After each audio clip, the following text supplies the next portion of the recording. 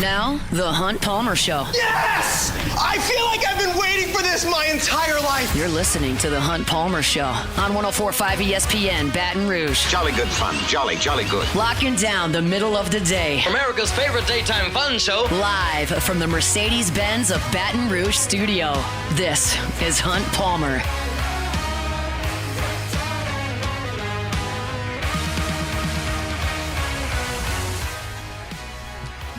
Welcome in. Hunt Palmer coming to you from the Mercedes-Benz of Baton Rouge studio downtown in the capital city on this Wednesday. About half the work week in the rearview mirror. Appreciate you hanging out with us here on 104.5 ESPN Baton Rouge. Got Jacob Beck and Cassie Spazzali back there on the ones and twos. JD PicKell talking college football in 15 minutes. It's a What If Wednesday. Troubling. May have to lean pretty heavily on the Bayou Ford chat for What If Wednesday. You can't say troubling. I mean, they've actually come through for us the last few times. But can you trust them? No, you can't. Can you trust them? No, That's you the cannot. question. No. We'll just have to see. They got 30 minutes to make us proud with some good what-ifs over there in the Bayou Ford chat. I'm sure they'll come through for us. We got a lot more to get to as well. Brian Kelly was on the SEC teleconference earlier today talking about JV and Toviano potentially moving down to the star position. Should the Saints go get Davante Adams? Adam Schefter says they are certainly in the mix. I've got my thoughts on that. And, of course, in the second hour, our SEC football power rankings. There have been some shifts. I've got the power rankings right here. How many moves do we have? How many stayed the same? 1, 2, 3, 4, 5, 6 stayed the same. 10 were on the move after last weekend, which was a really, really an entertaining weekend in SEC football. So we'll get to that in hour number 2. Let's start today with what is very admittedly a bye week discussion. I would love to start breaking down an LSU game that was coming up in a couple of days, getting into the position-by-position battles, diving inside the numbers, looking at all of that. Not the case this week. They're off. So you look for ancillary topics and things to discuss. And I don't mean this to be a negative discussion, but I think it is one that we're going to end up having, so we can start it here on this bye week. I was looking at Mel Kiper's most recent big board, which he put out at the end of last week. And one of the things that caught my eye was that Garrett Nussmeier was listed among the draft-eligible quarterbacks in his top 10. He had Garrett Nussmeier listed at number 8. It doesn't surprise me that Nussmeier is being ranked. I think he's a very, very talented player, but I hadn't given a ton of thought to Garrett Nussmeier's future because that's just not worth a ton of thought in August and September. But now, as you kind of look at the program and kind of divert your attention from an immediate game that's coming up, it is worth a discussion. Okay, is he going to be here next year? And you look at this top 10 list, and Shedeur Sanders is number 1. Mel Kiper is very, very, very infatuated with Shedeur Sanders and is likely going to have him as the number 1 overall pick when that first mock draft comes out. He's got Travis Hunter as his number 1 player on the board, but he's got Shedeur as potentially the number 1 pick. Carson Beck, number 2 at Georgia. Quinn Ewers, number 3 at Texas. Miami's Cam Ward comes in at number 4. Jalen Milroe is at number 5. I got a feeling that number is going to go up a little bit, especially after last week. Keep in mind, this was published before the Georgia game. Drew Aller from Penn State at number 6. That's purely based on measurables and not at all in production. Jackson Dart from Ole Miss at 7. There's Nussmeier at 8. You're all familiar with Miller Moss at number 9. And Will Howard from Ohio State comes in at number 10. But if you're in the top 10 quarterback discussion, and you feel like this quarterback class has got its flaws. I mean, Carson Beck's been okay, but he's got a great supporting cast. Quinn Ewers has been injured. Jalen Milroe is very new to this scene and is a guy that we thought this time last year couldn't really throw the ball. Drew Aller hasn't done anything in college. Jackson Dart is a little bit undersized. Like, Garrett Nussmeier, it stands to reason, could rise pretty steadily through this group. He doesn't have great size, but he's got good enough size. He's got plenty of arm. He's got a great pedigree. You figure he'll be phenomenal in the interview rooms and on the whiteboard. It's his dad's literal job. I would imagine he'd be pretty prepared for that. Been in college for 4 years, seen the position played at a very high level, running an offense that Jaden Daniels ran to an extent last year, and now we see what Jaden Daniels is doing here. That can't do anything but help. And you look at it and you go, well, maybe it makes sense for Garrett Nussmeier to be in this conversation. There was another tweet that was sent out by Jim Nagy, who runs the Reese's Senior Bowl and who joins us on our pregame show over on Eagle 98.1 here under the Guarantee Roof, joins the guys in the morning a good bit. We've got a great relationship with the Senior Bowl. And Jim Nagy tweeted this out just a couple days ago. Said, spoke to 4 NFL executives this past week, and all of them said the same thing about the 2025 draft. There's an unusually small number of surefire first-rounders this year. The amount of round 1 grades in most drafts is mid-teens, good drafts maybe low 20s, and based on these conversations, there's less than 10 consensus first-rounders right now at this point of the fall scouting process. Okay, you weigh that with the fact that Garrett Nussmeier is a top 10 quarterback in this class. You figure it's possibly works his way to a top 5 quarterback in this class if he has a really good season this year, which he's doing right now. And then you factor in that they don't love the tackles in this class or the rush ends in this class or the stud wideouts or corners in this class. And all of a sudden, you've got quarterbacks that are going to be overvalued, like quarterbacks are overvalued every single year in the NFL draft. Is he a top 25 pick in a bad draft at a demand position? Maybe. And look, I want to be very clear. Like, I don't have any inside information here. I don't know Garrett Nussmeier, but I can speculate. I know what his dad's been doing professionally for 2 decades. He's been in the NFL. He's had a successful career in the NFL and in college football, consistently making 6-figure salaries. I'm confident that I can sit here. Now, I haven't seen Doug Nussmeier's portfolio. I don't know how his entire diversification process has gone, but I'm confident that Garrett Nussmeier does not have a ton of people around him tugging on him to go get the first paycheck he can possibly find. I'm confident that's probably not the case. He's probably in a position where he can make a decision that's based purely on his interest and his comfort and his desires. And I have no idea what those are. I know that it's important to Garrett to play for LSU, and that's why he didn't leave to go play for someone else. But he's now gotten that opportunity. Is 1 year enough? Or does he strongly desire to come back and be the quarterback for a 5th year in college? He just saw Jaden Daniels do that. Joe Burrow did that. There are a couple of examples of guys that have had a ton of success doing it. Does he follow in those footsteps? I don't know. But what I can gather from people who know a lot more than me, and Jim Nagy and Mel Kiper know a lot more than me, this is not a great draft. It's not an elite quarterback draft. And Garrett Nussmeier is brand new to this scene. He started 5 football games, and he's in the top 8 quarterbacks in this draft class. That feels like at least the opportunity will present itself for Garrett Nussmeier to say, you know what, I'm going to move on. But again, you've got NIL where he can make some money here and certainly would as the starting quarterback. And I feel like he's not being shoved into the NFL like some people are because of the financial situation at home. Everybody's different. So the question remains, will that happen? I don't know. I know that LSU would really, really hope that it doesn't. Because despite how much fun it is to sit here and say, hey, man, LSU's got the number 1 quarterback in the nation, the number 1 player in the nation committed for next year. That is awesome. He's going to win the Heisman. LSU's going to be in the playoff for every year. LSU's going to have another Heisman Trophy winner. This is going to be incredible. Do you really want to throw him out there as a freshman? Would you rather have 5th-year senior Garrett Nussmeier, who's currently leading college football in completions, out there in those 4 road games I talked about yesterday, at Alabama, at Oklahoma, at Clemson, at Ole Miss? You want to throw the freshman out there for those? Or would you like to have the 5th-year senior back? I have my thoughts on that. I'd probably rather have the 5th-year senior back. But if Garrett Nussmeier moves on, doesn't it feel like there's a pretty good chance a true freshman can be starting for LSU next year? Not a slam dunk. They've got 3 quarterbacks on campus right now. But I'd really rather not do that. As much fun as it is to look at the recruiting rankings and see Bryce Underwood's name right there with those 3 letters next to it, maybe a year of seasoning would be fine. Jameis Winston seemed to do okay after a year of seasoning. Johnny Manziel seemed to do okay after a year of seasoning. And sure, you could point at Dylan Raiola at Nebraska. He's playing well as a true freshman, and guys have done that. Trevor Lawrence came in there as a freshman and won that job. It can be done, but is it ideal? Do you want to count on that? I'd really rather not. I'll take the guy back who has played great as a 22-year-old.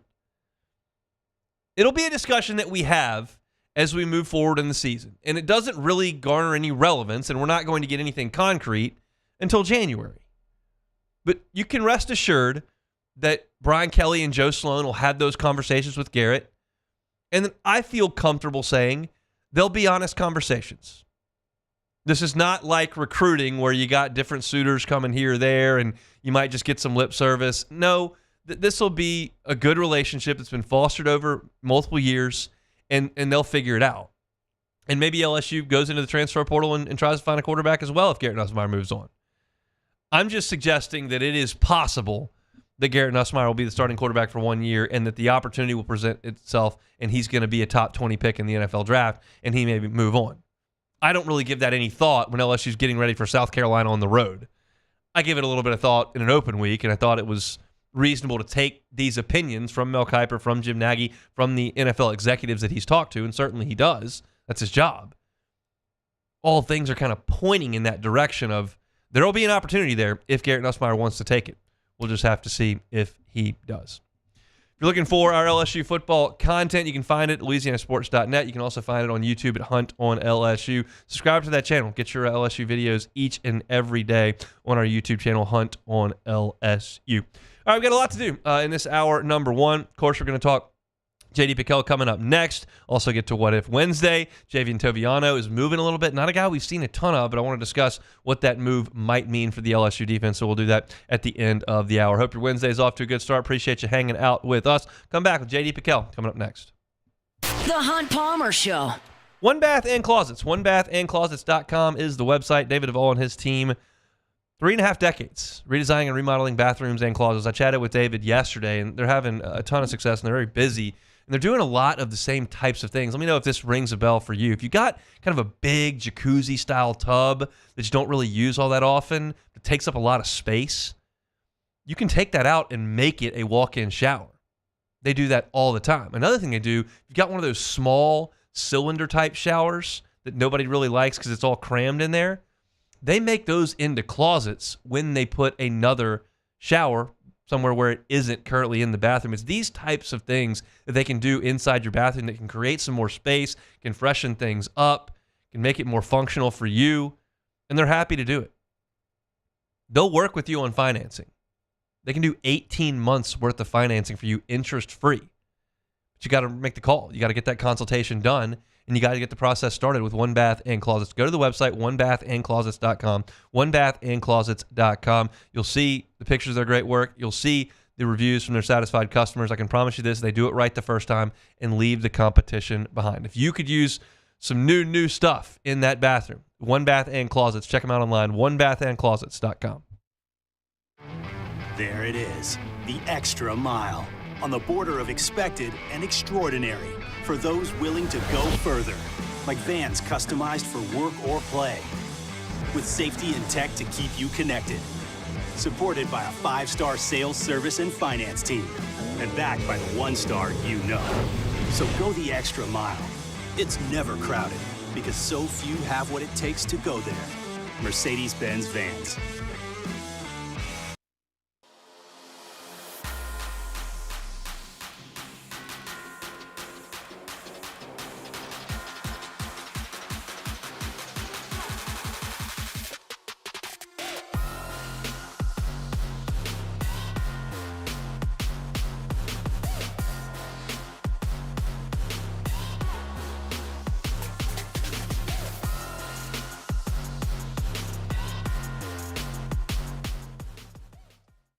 Gulf Coast Office Products is a nationally recognized Savin office equipment dealer based right here in Louisiana. Over 100 employees strong, Gulf Coast has the boots on the ground to support all vertical markets, from education, engineering, legal, and finance. With the latest in office technology, from desktop to production segment units, Gulf Coast and Savin have the perfect fit for you. Call 225-756-2644. That's 756-2644 for Gulf Coast Office Products.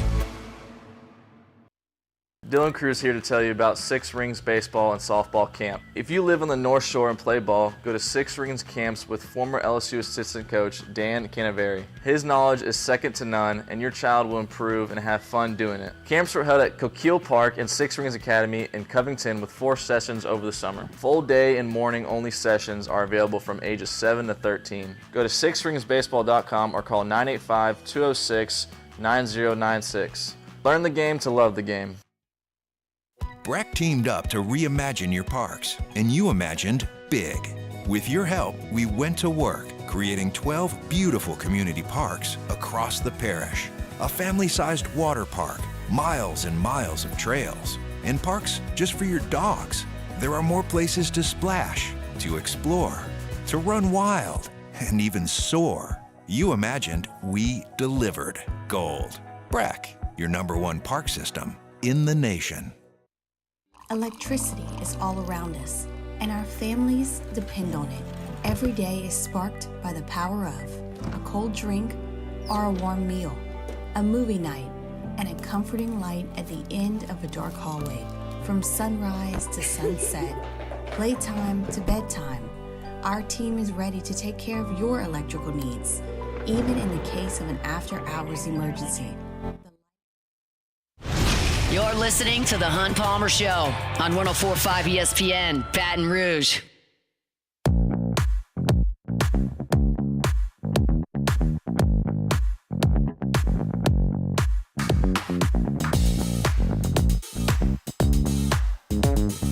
Every Wednesday, we got to Jim's Firearms Hotline, talk to our guy JD PicKell. He's the host of the Hard Count on 3 Sports. Find the YouTube channel, subscribe up to it on 3. He's with us every Wednesday on the Jim's Firearms Hotline. JD, how we doing? Man, I'm doing good. I know that we look at the slate and doesn't have the same, star power that maybe some of the previous weekends had. But Hunt, you and I know this, man, and a lot of your listeners know this too.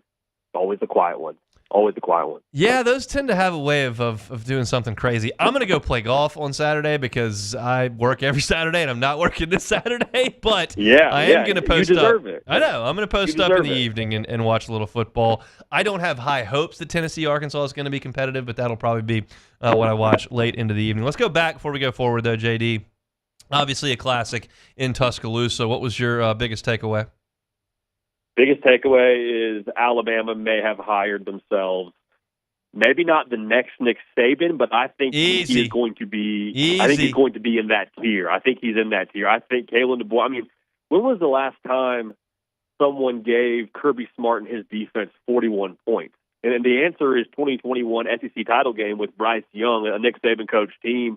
I was more surprised by how out of sorts they got Georgia to look, because that's still, I think, one of the best teams in the country. And I mean, whether you're 4 against a 12-team playoff now is not the discussion, but Georgia's going to be in it at the end, I think, just as much as, that loss hurts them. I don't think it's going to be a thing where they can't recover from it with this new model. So the answer there is Alabama's a wagon. Kalen DeBoer is going to have his team always with the better game plan, no matter who it's against.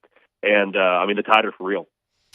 What if Beck completes that pass instead of it being an interception? Are we having a different discussion? The discussion probably has less volume to it, but still, what Kalen DeBoer did to start that game, I thought was nothing short of unbelievable. The way that he had that Glenn Schumann defense out of sorts, they can't get aligned to everything correctly. They have a hard time adjusting. Now, credit Georgia for being able to adjust, and honestly, as a fan and just as a college football, general fan, I was happy to see Georgia close the way they did, because what would have happened, Hunt, and you know this as well as anybody, the narrative would have started to run off the train tracks from other places saying, man, well, is Georgia any good? Golly, Alabama beat the brakes off of them 42-10. It wasn't even competitive. Does Kirby Smart have something going on? So I was glad to see Georgia be validated in some ways at the end there. The conversation does change to, oh my gosh, how did Kalen DeBoer blow it? But again, I think you look at just that game as a total body of work, and I think what Alabama is and what Georgia is, for me, 2 of the best teams in the country, and you can make a very strong case for them being the top 2 teams in the country. No doubt. I don't think there's any question about that at this point. A little bit off the beaten path here, but I wanted your opinion on it. Ashton Genty goes for 259 yards on the ground and 4 touchdowns. I don't think a lot of people were watching Boise State and Washington State, but he's been unbelievable statistically for the first month. Does he have a chance to to win the Heisman Trophy, or is that a ridiculous question? No, he definitely has a chance. And this is funny that you say this because we do our Heisman rankings every week here at On 3, and I put out my top 3, and only the top 3 make the graphic, but we do a top 10 for a voting, if you will, across the On 3 staff. And so my top 3 right now are Travis Hunter, Jalen Milroe, Cam Ward. I mean, obviously, there's some level of the quarterback award to it and all that, but anyway, all I have to say is Boise State found that graphic, not Boise State, the actual school, maybe they saw it too, but the Boise State Twitter found that graphic and just continued or proceeded to open fire, essentially, is what it was. And I had Ashton Genty at 4. So to actually answer your question here, to give you my thought on it, it's going to take a lot. It's going to take ridiculous numbers. It's going to take several 200-yard games. It's probably also, if we're just going to be real here, it's going to take somebody in front of him kind of falling off the wagon, whether it be Travis Hunter having a slow day at the office or a Jalen Milroe. It's going to take a lot, I think, some things that he can't control. But the question of does he deserve the Heisman? Does he deserve to be in that conversation? Statistically speaking, I think it's tough to make an argument against that. How many games does Colorado have to win for Travis Hunter to win the Heisman Trophy? Can he do it on an 8-4 team? I think he can. I think he can do it on an 8-4 team. Now, if we get to 7-5, and this is also the unfortunate part, it probably has to be the right finish to the season for Colorado. Like, he can't have a season where Colorado drops their last 3 and they go 8-4, or drops their last 2. I think if they finish the season on a win, he has some strong showings against the teams where he has to have a strong showing. And talking about that game against Kansas State on the where Kansas State goes to Colorado, excuse me. That's going to be, I think, impactful because we've seen it every single year. Like it's a November award. You kind of set yourself up in September, October, but kind of win it in November. What he's doing is just so unprecedented, and I think most people are starting to realize that. Playing over 100 snaps, truly playing both offense and defense at the highest level on the field, regardless of who they're playing against. I think he probably deserves the Heisman if we're truly giving it to the best player in college football. But I do think 8-4 is enough if it looks like the right 8-4. 7-5 is a little bit too rich for me. You mentioned Cam Ward. They got out alive barely against Virginia Tech, who was a 2-2 team coming in with a loss to Vanderbilt. But they did get out. What did that tell you about the Miami Hurricanes back on Friday? Well, hey, first of all, making this call from Nashville, Tennessee, I'm going to say the Doors now. They're one of the sneakier teams out there, all right? Diego Pavia, I mean, he's got to be in the Heisman conversation. That spot was always terrifying to me for Miami. Friday night, Virginia Tech limps in there with 2 losses. That, by the way, had 2 losses by 3 points for both their losses, which had a little bit of some sleight of hand, if you will. Finding a way to get out alive is the key part there. If they can treat that loss the way the good team, or not lost, treat that game rather, that poor showing the way that good teams treat it, in the sense of they don't feel relief that they won, they feel a sense of urgency in the way they won. I think they'll do that. I was honestly, in some ways, encouraged how Cam Ward just hung in there and kept swinging.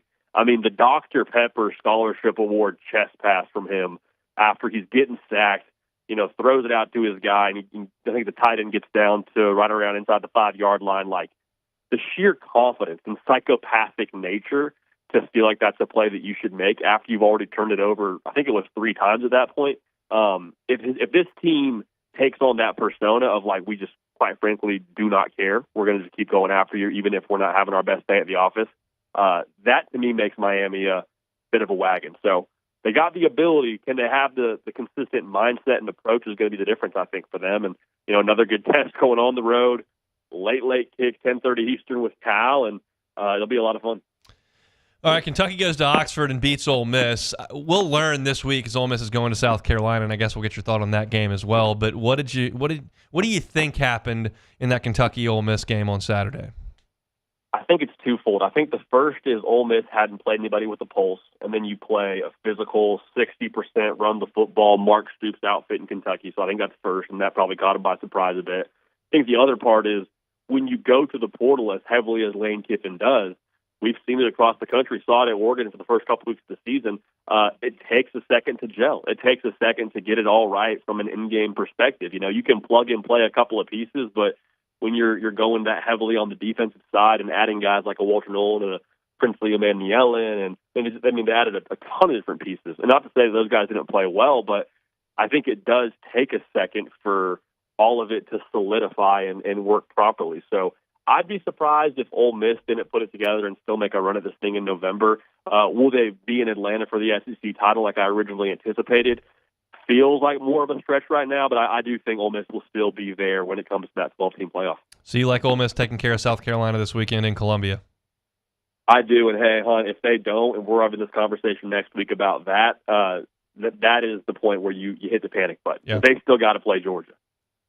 And they're coming to Baton Rouge next week, so and LSU's coming off a bye. LSU off a bye. It's I think it's in an advantageous spot. I talked about this yesterday. I mean, Kentucky's really physical, and Ole Miss just played them and got whipped at the point of attack. I don't think South Carolina's a great team. They're physical at the point of attack. They gave LSU's offensive line fits, and I still think LSU's offensive line is good. So I think they're coming off two really physical games, and LSU's going to have their feet on the coffee table this week. So I think that's an advantage for the Tigers. But we'll talk about it next week. Interesting game in College Station. 11 o'clock kickoff, ABC. Undefeated number 9 Missouri goes in there to take on Texas A&M, who's 2-0 in SEC play. The Aggies are a favorite in this game, 2.5 points. Sneaky spot here. I kind of like this matchup. Oh, this might be the game of the weekend, I think, honestly. Little 11 a.m. Central for us. I think Missouri, this is a team that I've been cool on since media days with all they lost and the production, and they've done nothing to make me feel differently about them with the Vanderbilt. No, they're not on Vanderbilt now, but with the Vanderbilt showing against Boston College, they don't belong on the same field with Missouri. And so what that makes me believe is Missouri is playing to the logo a bit. And that's fine. It's kind of like studying for a test the day before. Like, you can get away with it a few times, but after a while now, like, you're going to get got. And so my question is, do they play to the A&M logo and start to ramp it up a little bit here and kind of flip up and switch with them going to College Station, or is it kind of like we saw with Ole Miss going to Kentucky? Now, Missouri's played better competition than Ole Miss, but if it's a situation where you got to try and pick it up once you get to a better competition level, like you're gonna have problems. So I think if Texas A&M plays Marcel Reed at quarterback, I think they win that game. If not, I'm taking Missouri. I've not watched a snap of SMU, but I am aware of what they did last week. They're going to Louisville, who feels like they're trying to be an ACC contender at this point. Do you think SMU goes to Louisville and wins that game? I don't. I think it's a bounce-back spot for Louisville. Kind of a letdown for SMU with them being able to beat Florida State last week. So I'll go ahead and take Louisville. I think Tyler Shuck in that passing attack, I think they find a way to get it done. Last one here. Auburn has been really disappointing. For 3 losses at home in September for the first time in program history. But even their bad teams tend to find a way against Alabama and Georgia to show up. Now, they're getting a ticked-off Georgia team in Athens. It's a 24-point line. Do you think Hugh Freeze's team can stay in it? 24 is so many points. I don't love that number. But I think when we talk about Auburn, what you just said is exactly on the money. One, you got a big-time spot. Like this year about Auburn was trying to gather some trajectory for 2025, kind of show recruits where it's going. If you want to try and reestablish some trajectory after a 2-3 start, you go beat Georgia in Athens. That'll do the trick. So I think they cover. Auburn, honestly, it's funny to say out loud, and you get dunked online about it if you tweet it out. But Auburn's had a lot of success offensively if they would just stop turning the football over. They're like they're top 30 in yards per play. They threw for over 300 yards against the top 10 defense in Oklahoma. Like, there's a lot to like if they would just stop giving it away like Halloween candy, which kind of makes the whole thing a moot point.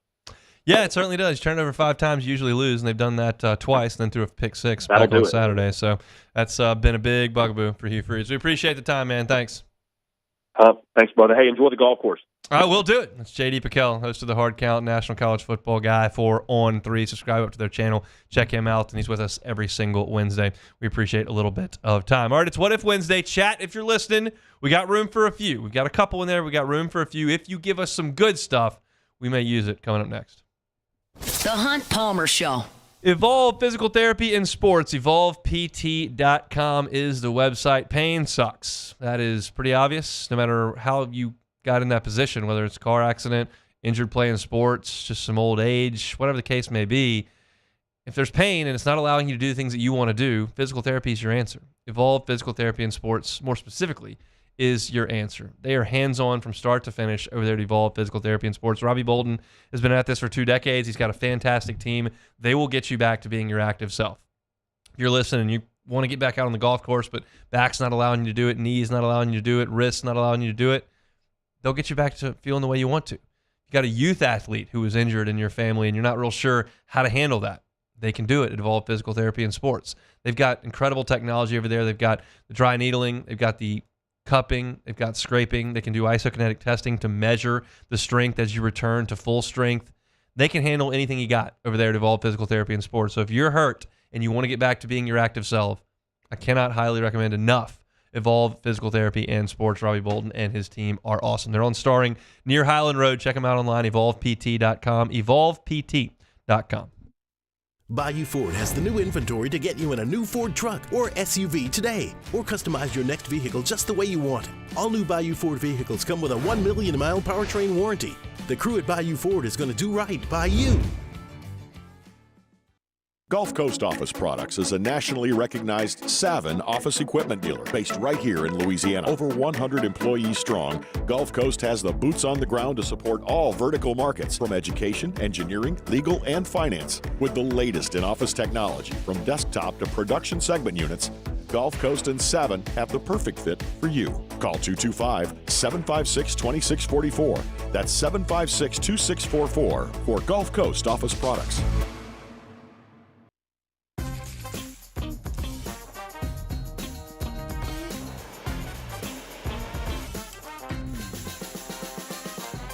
The best kept secret in town is out. Discover Tallulah at the Renaissance Hotel on Bluebonnet. There's nothing chill about a hot, sweaty line. Unless you add Mountain Cold Refreshment. Coors Light. Choose chill. Join us at Pro Dreams in Mandeville for our special event, A Day of Champions. Meet LSU National Championship winning head coaches Jay Johnson, Skip Bertman, and Paul Maneri. Don't miss your chance to purchase authentic sports memorabilia, autographed by the champions themselves. It's the perfect opportunity to celebrate LSU baseball and take home a piece of history.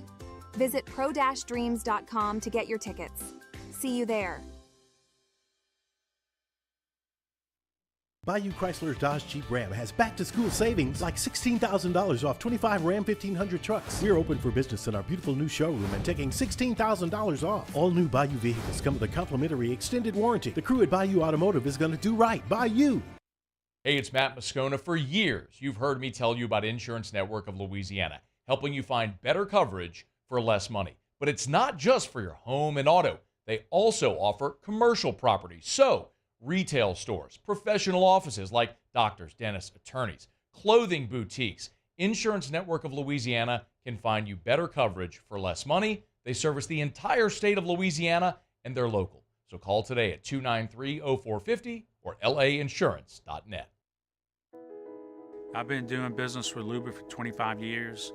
They're dependable, trustworthy. It's just the attention to detail with our clients. Our folks have years and years of experience. They're highly trained professionals, but many companies have that asset. What I'd like to think makes Luba a bit different is that we use those talents in a way that truly is dedicated to. You're listening to The Hunt Palmer Show, hosted by the Goo Goo Dolls' #1 fan, Hunt Palmer.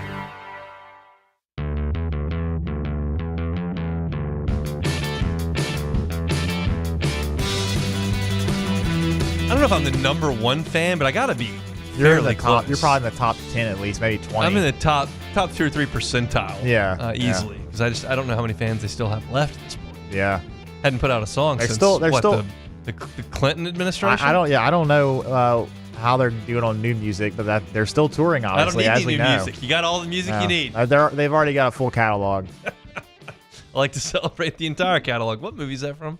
I celebrate the entire catalog. I can't remember what it's from. Somebody in the chat will come up with it.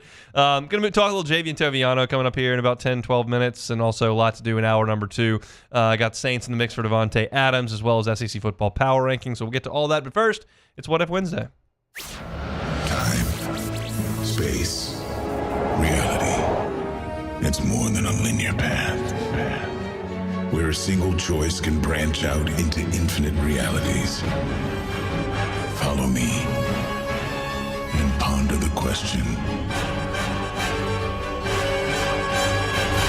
what if? I just looked it up. It is Office Space. It was Michael Bolton. I celebrate the man's entire catalog. All right. First one here. That movie's incredible. Great. Yeah, absolutely. Amazing film. First one. What if Caden Durham can't play next week?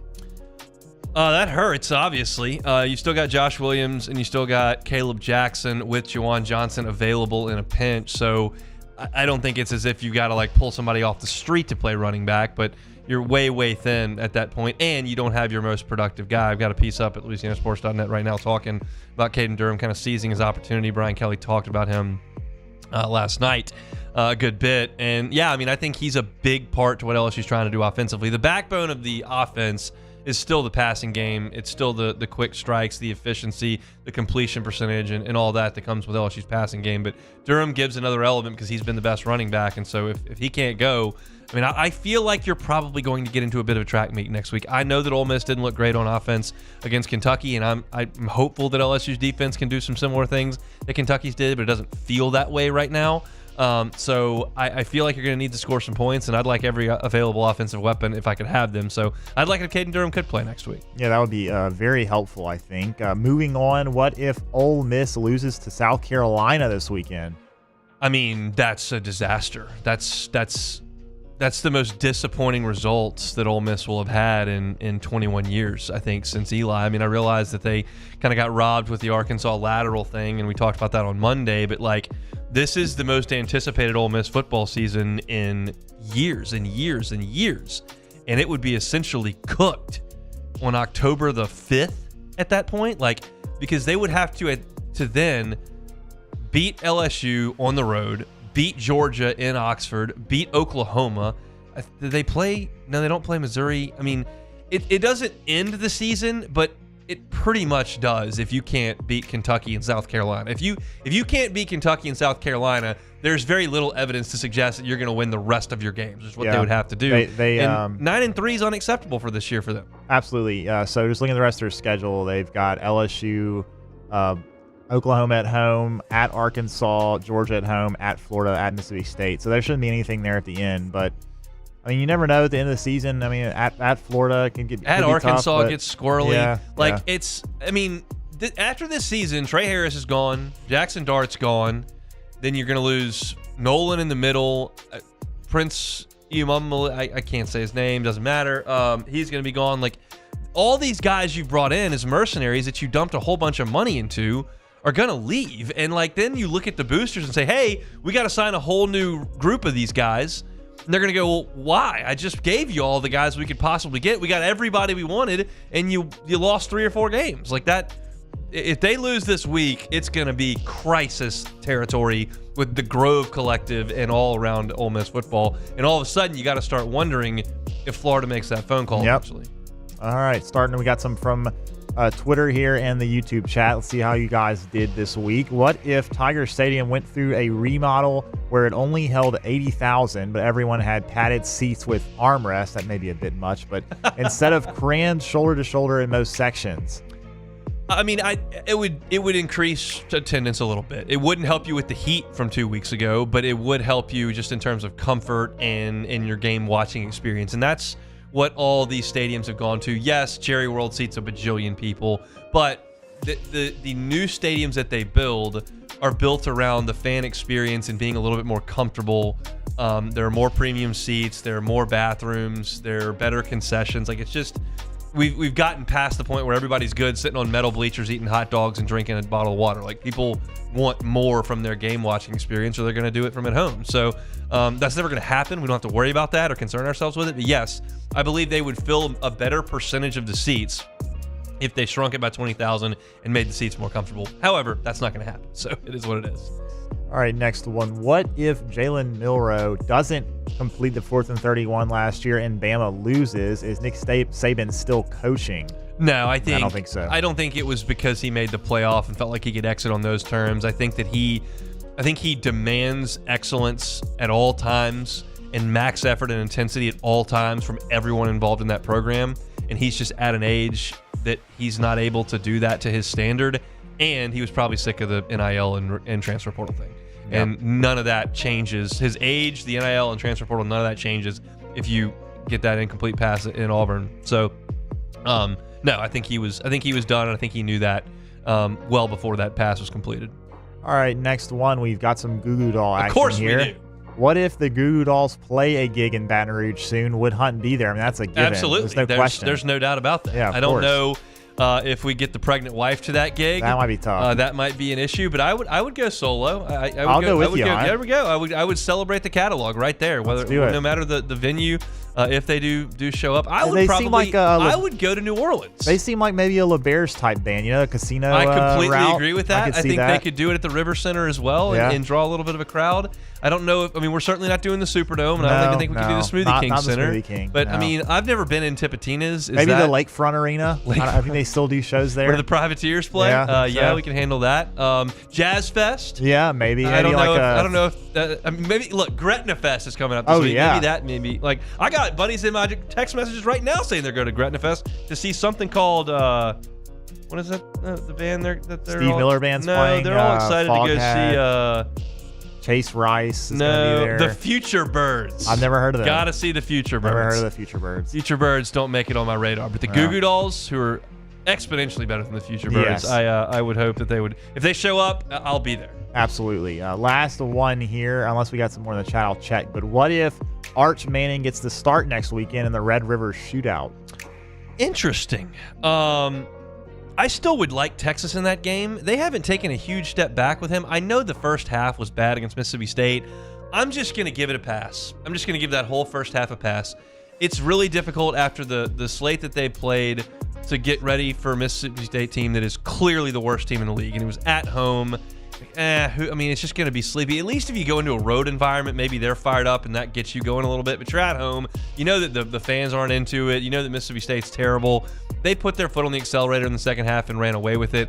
And I just think Oklahoma has such issues on the offensive side of the ball that even if Arch didn't go out there and hang 38 on them with that offense, I think 28 might be enough. And I think that he would be capable of doing that. Ewers is a better player than Arch right now, in my estimation, but I still think that I would take Texas in that game with Arch at the quarterback spot. All right, last one here. I don't really think this is probably too feasible, but if Dave Aranda is That's fired, what ifs are for. If Dave Aranda is fired at Baylor, could Brian Kelly go after? I don't think so because we've got they just Blake paid Baker, the highest paid defensive coordinator in college football, and things are getting a little bit better. There's just not a situation where that happens. I'm bummed out that it's not working at this point at Baylor with Dave Aranda. We all pull for him after what he did here over a long stretch, but of course in 2019 being a part of that, and looked like he really had it taken off there at Baylor in that first couple of years, and then it's just kind of bottomed out. He'll get a job because he's a great defensive coach, and I think he's probably a better defensive coordinator than head coach, and a lot of us kind of said that at the time when he was here at LSU because he's just kind of soft-spoken and would probably rather be in the film room getting a defensive game plan together than speaking in front of boosters and going to the Rotary Club and being the front of the recruiting operation, all those kind of things. But he'll get a job pretty quickly. He's been all over the country, and he's done a very good job defensively wherever he's been. So that's it for a What If Wednesday. Appreciate y'all for jumping in the Bayou Ford chat as well as on Twitter to hit us up with some of those. Brian Kelly was on the SEC Coaches Teleconference earlier today. He had some things to say about his defense, specifically Javian Toviano. We haven't seen a lot of Javian Toviano to this point, but where might we see him moving forward? Brian Kelly alluded to that coming up next. The Hunt Palmer Show. Audio, Video Security Solutions, AVSSLA.com is the website. I got a text message this morning from a family friend. Said, what's that AV and security company that you talk about on your show? We've got a company that's handling our security right now, and it's just going really, really poorly. Said, I got you covered. Audio, Video Security Solutions. Mitchell Fisher and his team at AVSS are fantastic. They handled all of our security at our new home. and they can do it for you as well. So they will be handling things for that family here coming up very, very shortly. I gave her Mitchell Fisher's cell phone because that's the way that you get in touch with them. It's 225-439-7920. It's important for Mitchell to be the point man, to be the relationship that you have with the company, and he can be. They're a small company right here in Baton Rouge, and they are happy to help you.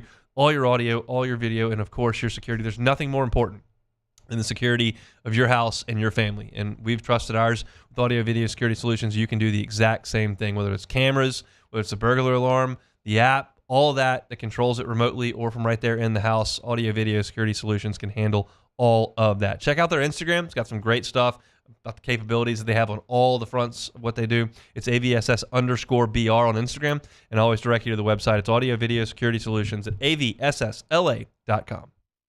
Bayou Chrysler Dodge Jeep Ram has back-to-school savings like $16,000 off 25 Ram 1500 trucks. We're open for business in our beautiful new showroom and taking $16,000 off. All new Bayou vehicles come with a complimentary extended warranty. The crew at Bayou Automotive is going to do right by you. Looking for the ultimate game day experience? Come to the Queen Casino in Baton Rouge. Savor game day platters and snacks, plus drink specials at 1717 Kitchen and Cocktail. So come out for game day and let our team make you the MVP. The Queen Casino, where every moment is a win.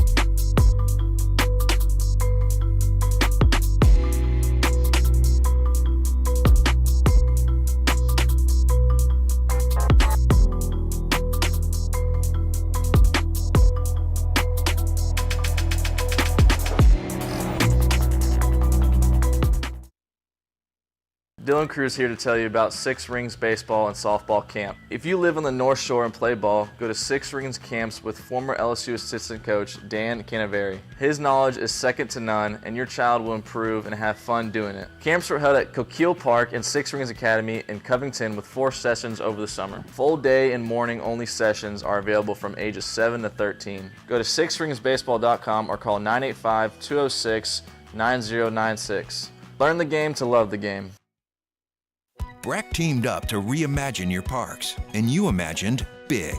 With your help, we went to work, creating 12 beautiful community parks across the parish. A family-sized water park, miles and miles of trails, and parks just for your dogs. There are more places to splash, to explore, to run wild, and even soar. You imagined, we delivered.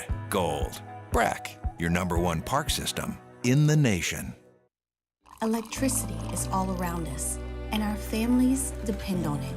Every day is sparked by the power of a cold drink or a warm meal, a movie night, and a comforting light at the end of a dark hallway. From sunrise to sunset, playtime to bedtime, our team is ready to take care of your electrical needs. Even in the case of an after-hours emergency, the light in your life shines brighter with Mr. Electric. There it is, the extra mile, on the border of expected and extraordinary for those willing to go further, like vans customized for work or play, with safety and tech to keep you connected, supported by a 5-star sales, service, and finance team, and backed by the 1-star you know. So go the extra mile. It's never crowded, because so few. This is the Hunt Palmer Show on 104.5 ESPN, Baton Rouge.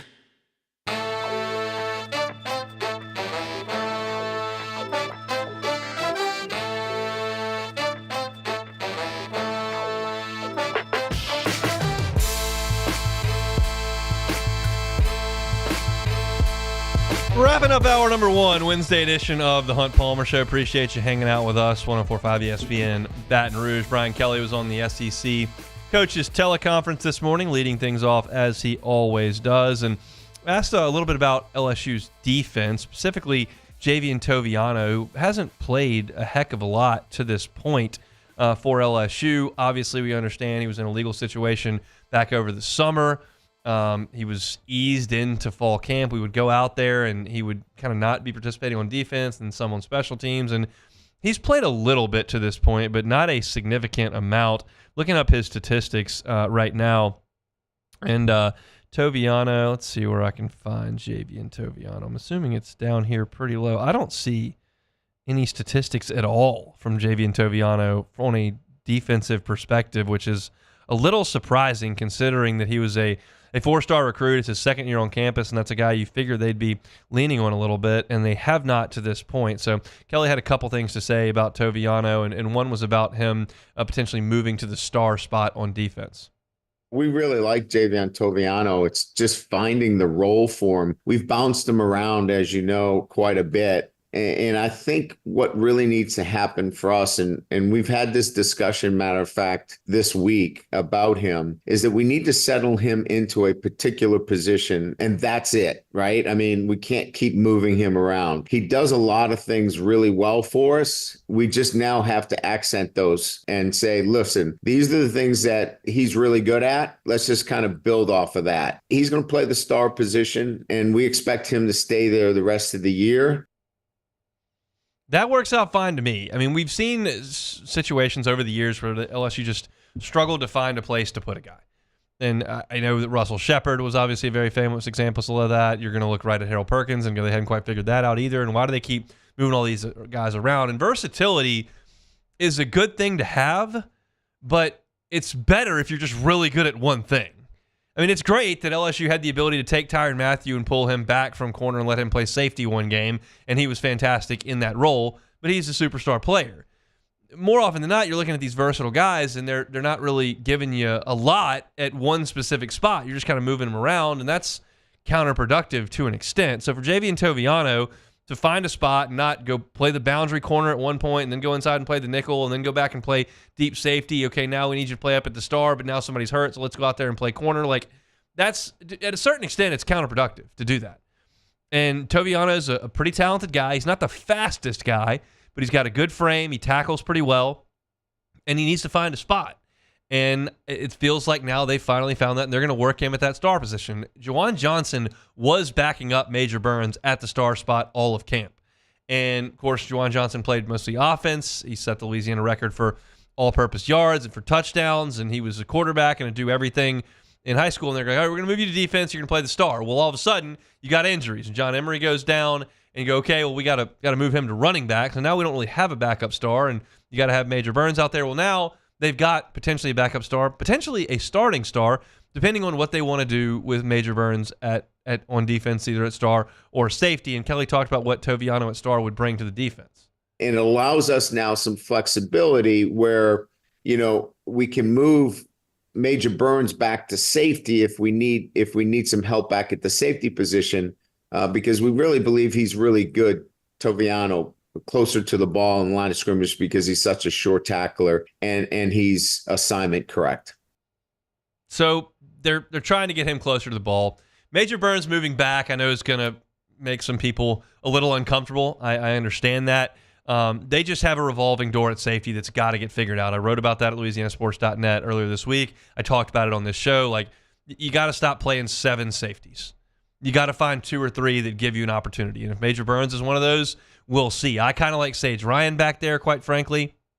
I think he should be playing safety instead of outside corner, instead of nickel. I think he's a safety. He hadn't played a lot of that. And then as far as the rest of the guys go, it's been a mixed bag. Like Jordan Gilbert, Jordan Allen, Deshaun Spears, Kylan Jackson, Burns. Like they've played a lot of dudes back there, and they haven't necessarily figured out what works. And none of it's worked great to this point. And Brian Kelly talked about it right out of the chute, said we need better production at safety. He talked about it on Saturday night after the game, saying, hey, we've shuffled a lot of guys through in there. We're not going to do that anymore. We're going to figure it out. And I guess, you know, that was after Tuesday's practice, and he mentioned Tuesday's practice back on Saturday about trying to get this done. And I'm guessing they're trying to make some progress there, and it involves Toviano at the star and maybe moving Burns back. Again, we haven't seen a lot of Toviano. Maybe he is a difference maker on defense. I'm hopeful. I don't know that, and I don't know why things have gone slowly for him on the defensive side. They basically tried everybody else on defense in the secondary. Why not give a former 4-star recruit in his second year that opportunity? But maybe we find something out in the game against Ole Miss.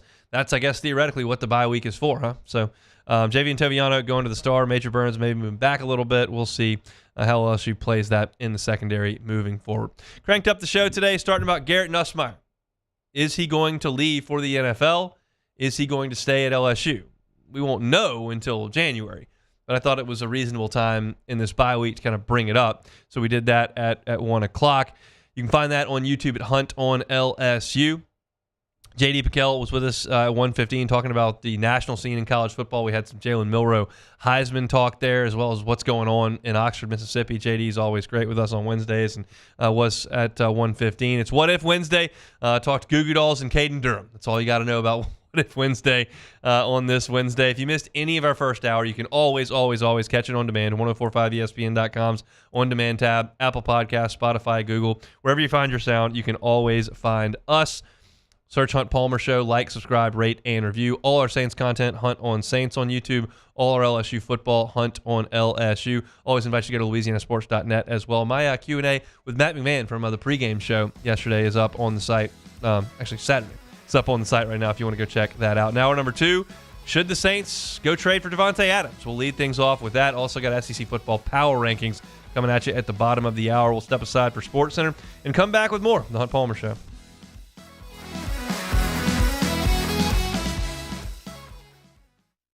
Bayou Ford has the new inventory to get you in a new Ford truck or SUV today, or customize your next vehicle just the way you want it. All new Bayou Ford vehicles come with a 1 million mile powertrain warranty.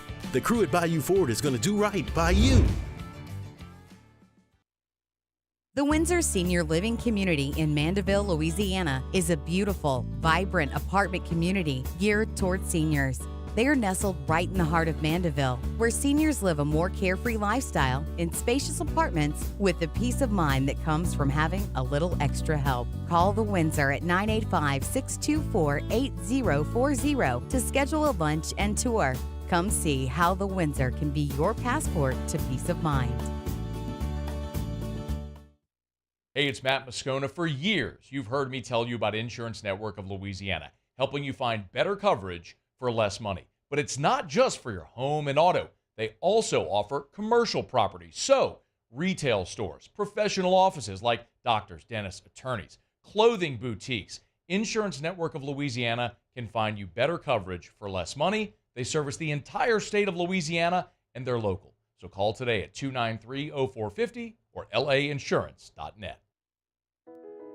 I've been doing business with Luba for 25 years. They're dependable, trustworthy. It's just the attention to detail with our clients. Our folks have years and years of experience.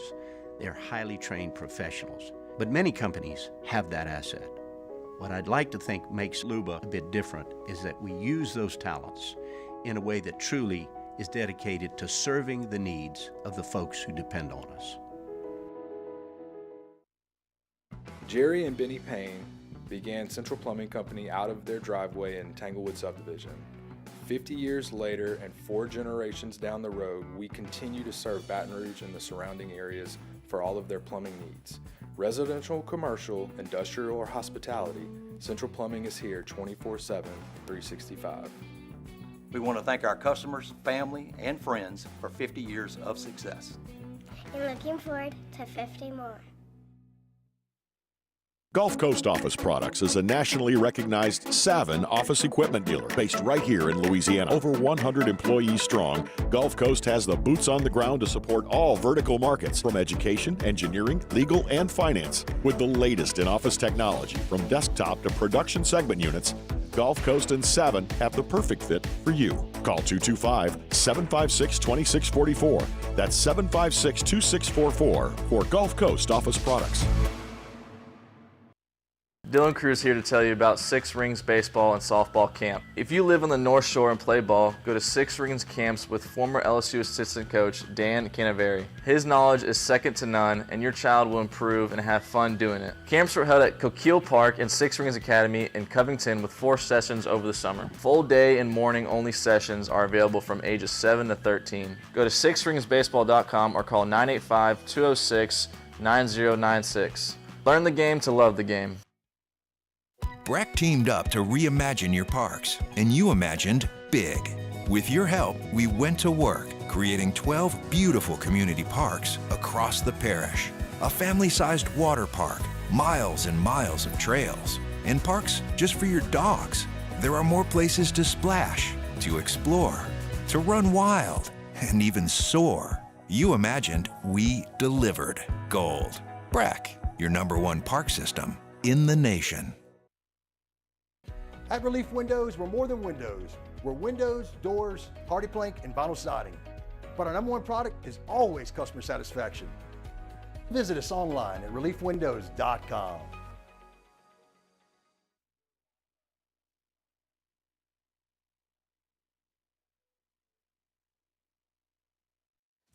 Is SportsCenter.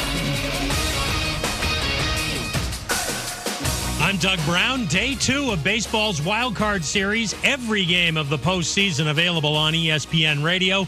In Houston, the Astros and Tigers are scoreless in the second. That game on ABC.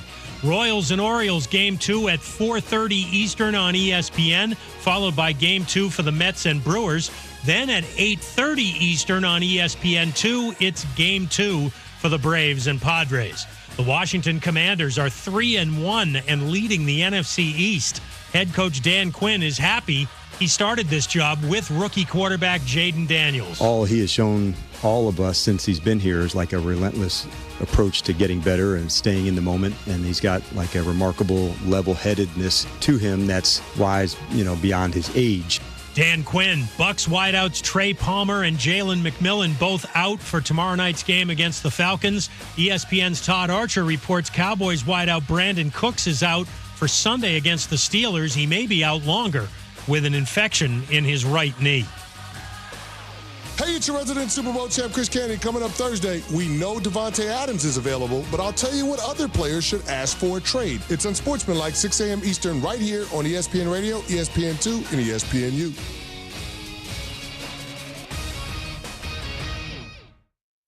Now, the Hunt Palmer Show. Yes! I feel like I've been waiting for this my entire life. You're listening to the Hunt Palmer Show on 104.5 ESPN Baton Rouge. Jolly good fun. Jolly good. Locking down the middle of the day. America's favorite daytime fun show. Live from the Mercedes-Benz of Baton Rouge studio.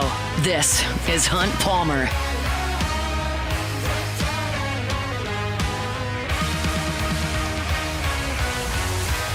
Hour number 2, Wednesday edition of the Hunt Palmer Show. Half the work week officially in the rearview mirror. Thanks for hanging out with us here on 104.5 ESPN Baton Rouge. SEC football power rankings coming at you in 30 minutes. Quick score update from Houston in the wild card round of the playoffs. Nothing between the Tigers and the Astros. It's the bottom of the second inning. Of course, Detroit won that game behind the eventual Cy Young winner yesterday, so the Astros trying to keep their season alive in the juice box and probably to keep Alex Bregman's Astros career alive. Very, very likely he goes into free agent and signs elsewhere this coming offseason. So keep you posted on that as we move forward. Bregman, incidentally, is on first base. He got on as the leadoff man here in the bottom of the second inning for the Houston Astros. All right, let's talk some Saints. As you're all very well aware, there's been some reporting in the last 24 hours that Davante Adams is looking to get out, and the two places he would like to go would be the New York Jets, where Aaron Rodgers, his former quarterback, plays, and the New Orleans Saints, where Derek Carr, his former quarterback in 2 different stops at Fresno State and Las Vegas, plays quarterback. And so the question is, does this make any sense for New Orleans to go get Davante Adams? Well, let's look at Davante Adams right now. He's 32 years old. He has been an elite-level receiver in the league for 11 seasons. I'm talking about a guy that went over 1,000 yards in 2018, 2020, 2021, 2022, and 2023. He led the NFL in touchdowns in 2020 with 18. He led the NFL in touchdowns again in 2022 with Derek Carr with 14 for the Raiders as a 30-year-old. The last year he played in every game. The year before that he played in every game. The year before that he played in every game. He's been very durable. He's been very productive. He was a first-team All-Pro in 2020, 2021, and 2022. Wasn't last year, but he's still a really, really good player. And the New Orleans Saints are not very good at wide receiver, and they're certainly not deep at wide receiver. Chris Olave is a nice number 1 option. I think he is a number 1 option. Is he a dominant player in the NFL? I wouldn't go that far. Rashid Shaheed does some things really, really well, namely run fast. But is he the best number 2 in football? I don't think so. And then beyond that, it's a bucket of yuck.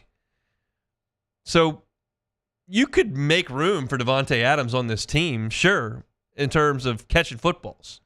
I'm sure he and Derek Carr could hit it off pretty quickly, and you'd be more productive in the passing game with Davante Adams as opposed to Cedric Wilson, as opposed to Bub Means, who was out there, as opposed to Mason Tipton. Yeah, you'd be better. So should they go make that happen? Well, then you start talking about numbers. And I'm certainly not going to get into dollars and cents to the nickel here, but we'll speak in generalities. Davante Adams this year has a base salary of almost $17 million. Now, he's played 4 games, so you would prorate that, and you're looking at about $13 million and change remaining on his contract, and the Saints have about $3 million in cap space. So you'd have to get creative there. There are players you can get creative with. Alvin Kamara is one of them. If you want to restructure his contract, you can clear cap space, and then you would restructure Davante Adams' contract to get things where they need to be under the salary cap. You're looking at a hit north of $20 million on Davante Adams' contract next year, and he's under contract through 2026. So what does this mean in general terms? You would do the same freaking thing you've been doing and doing and doing and doing that we have praised you on this show for not doing since January. Signing old players for lots of money and taking the money and spreading it out over years and ending up with dead money here and guys that aren't on your roster that you're paying for there and expensive players that are past their prime all over the place. And the Saints have to stop doing that. It's enticing to bring in the name Davante Adams. But to do that, one of the likely paths is paying exorbitant amounts of money for 30-plus-year-old Davante Adams and Alvin Kamara past their prime. And I'm not talking about today. I'm talking about the life of the contract where the money sits. And that's got to stop. And you don't immediately the Saints changed course this offseason. They stuck to 1-year deals. They didn't massively restructure things. They didn't take on a ton of debt and look to kick cans down roads. They did not do that this offseason. And just because you dusted the Cowboys doesn't mean you uproot everything and panic and go all in this way. No, you don't do it. It would be super fun to watch the SportsCenter crawl go across and go, the Saints have agreed to terms with the Raiders for Davante Adams. And it would be really fun when he showed up in New Orleans for that first game in the black and gold, and he would catch a touchdown. It would be incredible. Oh, this is so much fun. And then you realize that the other part of that scroll across the ticker said that you gave up a second-round pick and that you're restructuring Alvin Kamara's contract and you're restructuring Davante Adams' contract and you're paying 33-year-olds exorbitant amounts of money, and they may or may not be on the team, and it might be dead money or it might just be past their prime money, and you're back in the same situation you're always in. I think it would be an advantage to the New Orleans Saints in terms of roster construction to get closer to the middle of the league in terms of cap space instead of being freaking last or second to last or third to last at all times. I want you to spend the money on the salary cap, but I want you to have some flexibility to go help your roster out. And that doesn't happen because you take a bunch of your salary cap money and dump it into 32-year-olds instead of using your draft picks to get cheap players that can help you for multiple years and don't crush you when it comes to cap season. I know it'd be fun to see Davante Adams in black and gold because he's been one of the best receivers in football for a decade. But that's the point. He's been playing football in the NFL for a decade. And the thing that I always talk about when we discuss free agent and trade acquisitions in pro sports is the best way to do this is to pay guys for what they're currently doing, not for what they once did. How many times over the last 2 weeks have I sung the praises of Alvin Kamara? Twice a week. I am so impressed with his professionalism and toughness. I'm so impressed with what he's been able to do, all banged up in this offense, to be the heart and soul of what they're doing right now. That doesn't mean I need him doing it 2 years from now. And it doesn't mean that because 4 years ago he was one of the best running backs in the league and right now he's toughing it out through broken ribs and almost beating the Falcons, that I need to be paying him 2 years from now. Those first 2 weeks were really fun, and I was certainly singing a different tune after week 2 than I was before week 1, and honestly than I am right now. If you were 4-0 and you had beaten all 4 of these teams 48-17, and it looked exactly like it did week 1, week 2, week 3, week 4, and you did the same thing to Atlanta and to Philly and to Dallas that you did to Carolina, I might change my tune. The fact of the matter is you didn't. And you've lost 2 games, and your offensive line's banged up, and I'm just not willing to go nuts here based on 2 weeks of football. Again, I'm not completely changing my narrative from the beginning of the season. Kind of changed it from 2 weeks ago, but we had different information. This would be a mistake to give away multiple draft picks or to restructure multiple aging contracts for big sums of money in a panic move because you've got some guys hurt. And the Saints have stuck to their guns this offseason, and nothing's happened yet, so I'm not ready to fly off the handle at New Orleans. But I think this would be a bad idea. Just my 2 cents. If you've got yours, we'd love to see him in the Bayou Ford chat. Love to see him also on YouTube there, Hunt on Saints, where all of our Saints content does live. Schefter reporting, Davante Adams kind of looking around earlier today. Antonio Pierce, the Raiders head coach, met with reporters, said Adams is dealing with a hamstring. The rest of the guys are getting ready for their game coming up this weekend. We'll see what happens. He wants out. He wants a trade. He wants to go to his old quarterbacks.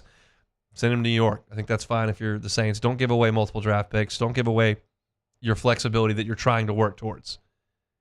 You got to get back to a reset here. We'll see if that's what, in fact, they decide to do. The SEC football power rankings are coming up in 20 minutes. Don't go anywhere. It's a Wednesday edition of The Hunt Palmer Show. The Hunt Palmer Show. Highland Insurance Group. HighlandIG.com is the website. When was the last time you gave your insurance broker a Google review? Doesn't happen a lot. It's not something people think to do very often. But the customer service is so great, and the insurance experience is so great with the folks at Highland Insurance Group that folks do that. Over 100 times they've been reviewed on Google. They've got a phenomenal rating. Go check it out. Give them a call. If you're a business owner, this is a call you need to make. Because in my experience in insurance for 7 years, there were quite a few business owners that had a vague understanding of what the insurance program did, but I got a lot of questions like, hey, what does this do? What does this cover? Are we good there? And if you don't know, you need to have someone on your team that does. And the Highland Insurance Group does. They will make sure you're protected in the event of a crisis. And that's the point of insurance. I know we like to think about insurance on the front end. Where can we save money here? How do we move things around there? Can we manipulate this to save 10% here or there? It's really hurting the bottom line. And that's one way to go about things. And it's important to consider the price, but you've got to consider the product as well. And the Highland Insurance Group represents tons and tons of markets, tons and tons of lines of insurance that can make sure that your business is protected. So check them out at HighlandIG.com. If you're looking for group or employee benefits, they can help you with that as well. It's your one-stop shop for all things insurance right here in Baton Rouge, but honestly anywhere in the state of Louisiana, they can help you out. It's the Highland Insurance Group, HighlandIG.com.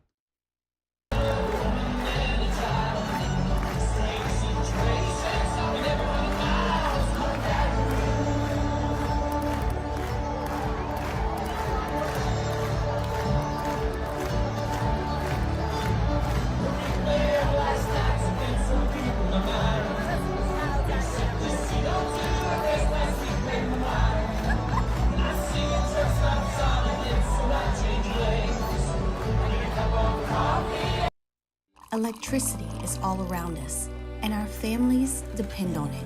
Every day is sparked by the power of a cold drink or a warm meal, a movie night, and a comforting light at the end of a dark hallway.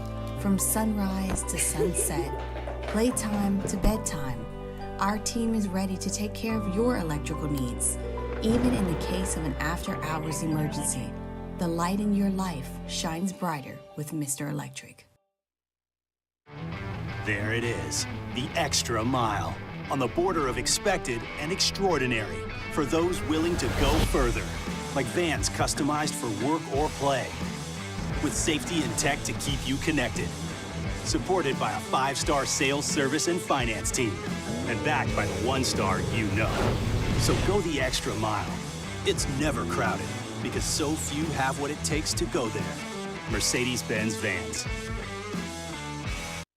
Hey, it's Matt Moscona. For years, you've heard me tell you about Insurance Network of Louisiana, helping you find better coverage for less money. But it's not just for your home and auto. They also offer commercial property. So, retail stores, professional offices like doctors, dentists, attorneys, clothing boutiques. Insurance Network of Louisiana can find you better coverage for less money. They service the entire state of Louisiana, and they're local. So call today at 293-0450 or lainsurance.net.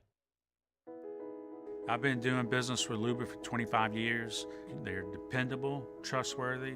It's just the attention to detail with our clients. Our folks have years and years of experience. They're highly trained professionals. But many companies have that asset. What I'd like to think makes Luba a bit different is that we use those talents in a way that truly is dedicated to serving the needs of the folks who depend on us. Jerry and Benny Payne began Central Plumbing Company out of their driveway in Tanglewood Subdivision. 50 years later and 4 generations down the road, we continue to serve Baton Rouge and the surrounding areas for all of their plumbing needs. Residential, commercial, industrial, or hospitality, Central Plumbing is here 24/7, 365. We want to thank our customers, family, and friends for 50 years of success. This is the Hunt Palmer Show. Hopefully Hunt remembered to bring his laptop charger. Nah, there's no chance.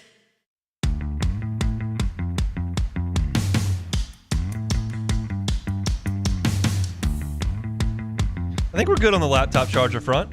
Oh, yeah? Looking at, I got 1 hour and 43 minutes. That's 57% remaining, and we only got 40 minutes of show left. That's not bad. So, impressive. We got an hour of buffer there. Even if Matt, needs me to do the first hour of AFR, I'm still good without going up and getting the charger.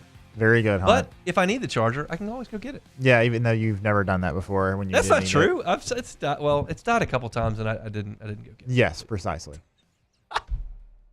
All right, speaking of dying, conferences are dying left and right. Pac-12 is trying to kill other conferences. Mountain West is struggling. Pac-12's seeing if they can resurrect things with Gonzaga basketball. It's a mess out there, but no one really cares what the Pac-12 does. No one really cares what the Mountain West does either, because they're insignificant. The significant players here are the Big Ten and the SEC. The rule being he who makes the gold, he who has the gold makes the rules. That would be the golden rule. They have all the gold, so they're going to make the rules. And there's already been a partnership. Heather Dinich is reporting this at ESPN that the athletic directors and presidents and commissioners have put together, and they're pushing things forward for a new format of college football in terms of crowning a champion and how they want to split things up. So the discussion is going to take place at an in-person meeting in Nashville next week. Multiple sources told Heather that.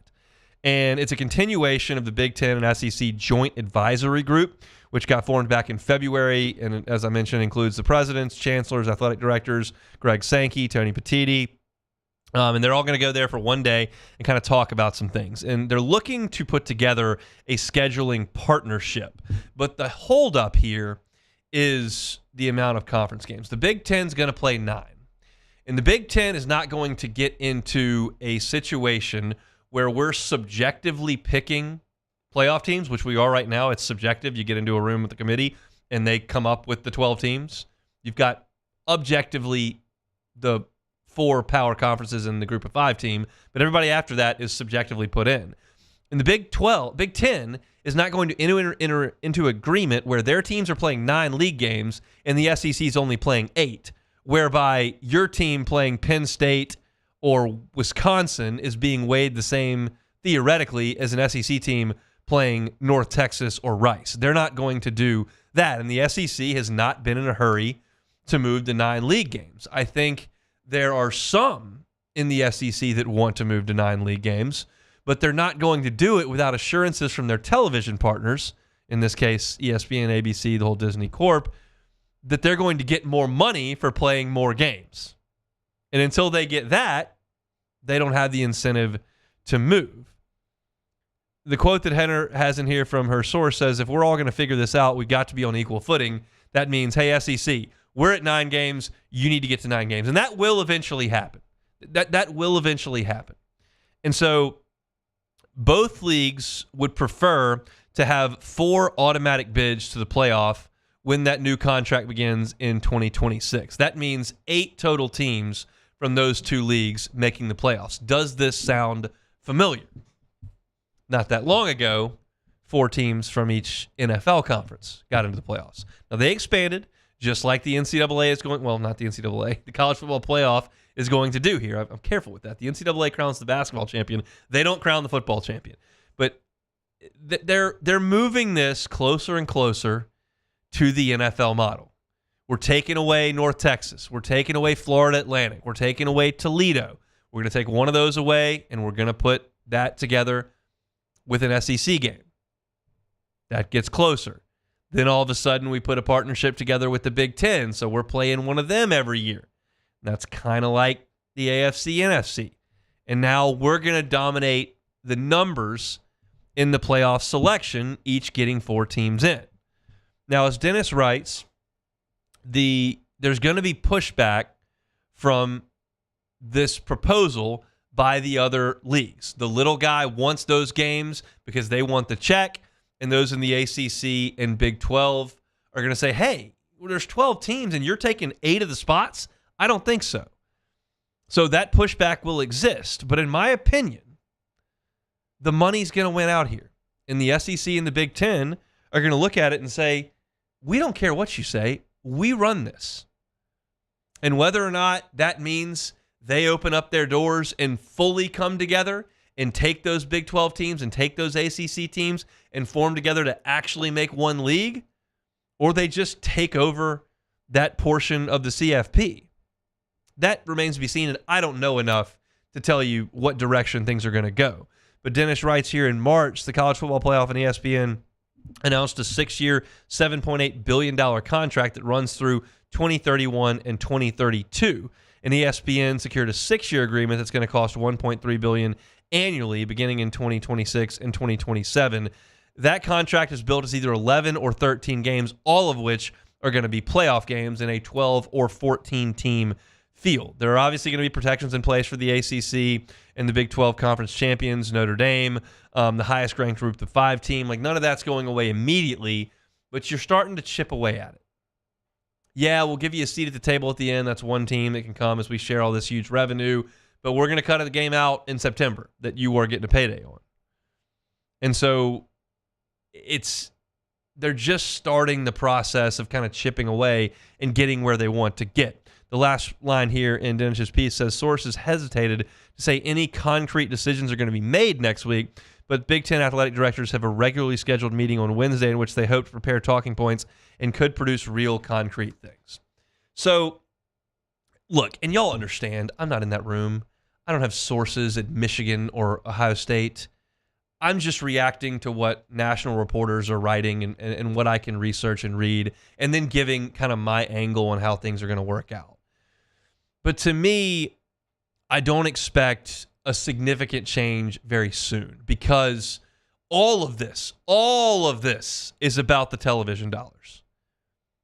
And they're not going to move forward with this alliance from a television perspective. The Big Ten is not, if the SEC doesn't get on board with those 9 games. And the SEC is not going to get on board with those 9 games unless the television contracts come to them and say, hey, we'll give you some more money. Well, what incentive do the television contracts, who have the SEC on their airwaves right now, have to rip that up and go pay the SEC more money? They don't. It gets back into the legal world. The ACC's just drowning in the legal world right now because Florida State and Clemson are trying to leave, and the ACC's trying to keep them there. And then you look out west, and the Pac-12 is trying to destroy the Mountain West to keep itself relevant, and the attorneys are doing all that as well. And it all basically ends up in a courtroom, which no one wants to hear about or learn about. Just give me the results. What actually happens? Where are things going? Well, I'll tell you where I think they're going. I just don't have a good time frame for you, and I think you're looking at closer to a decade than you are looking to the next 3 years. Because big dominoes that include billions of dollars have to be moved around, and there are legal contracts in place to make sure they don't move right this second. Florida State can't leave the ACC right this second. They just can't. ABC is not running to the table in Charlotte or Birmingham, wherever the SEC network are having these discussions, wherever they broadcast from or where the headquarters are, I guess Birmingham, and saying, hey, here's how much money we can give you in addition to what we're already giving you. So because of that, I don't expect concrete things to happen very shortly. But you can tell the powers that be, slowly but surely, are moving to this. And this will look far closer to the AFC and the NFC in that playoff structure in the next 10 years than it did 5 years ago when we were having a 4-team playoff with 5 power conferences and no G5s. That's where this is going. And I don't think there's any doubt about that because the money is going to push it that way. I realize it's not the conversation everyone loves to have.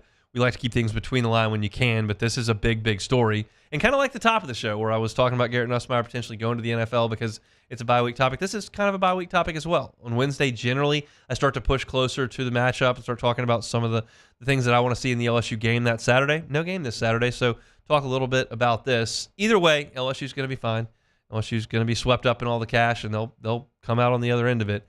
There just may be some folks in smaller conferences or the ACC or that are compromised here.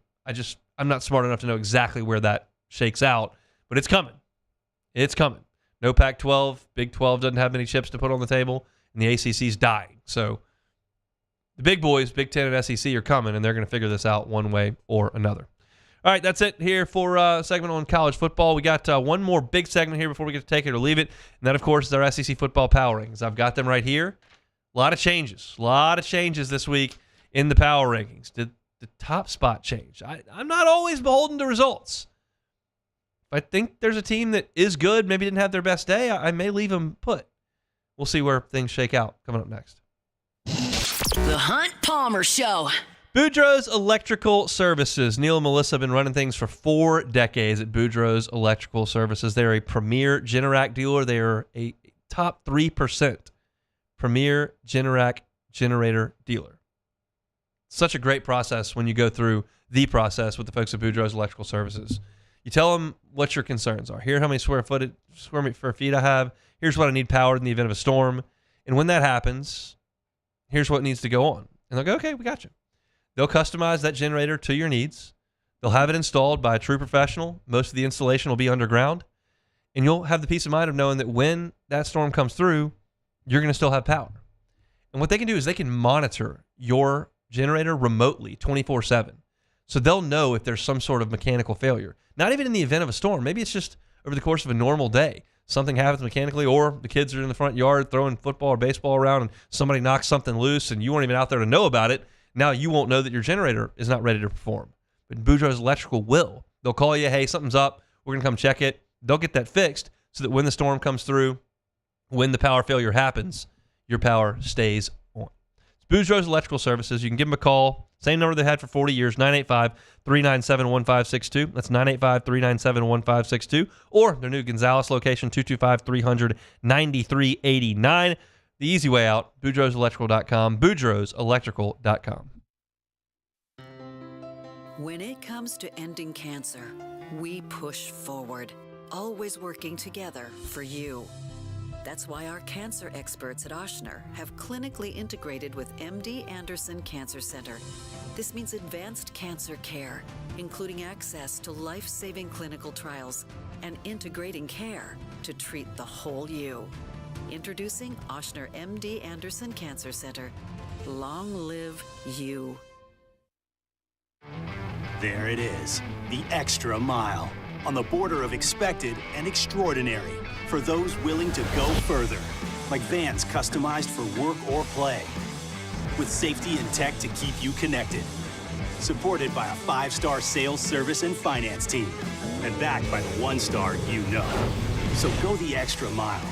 It's never crowded, because so few have what it takes to go there. Mercedes-Benz Vans.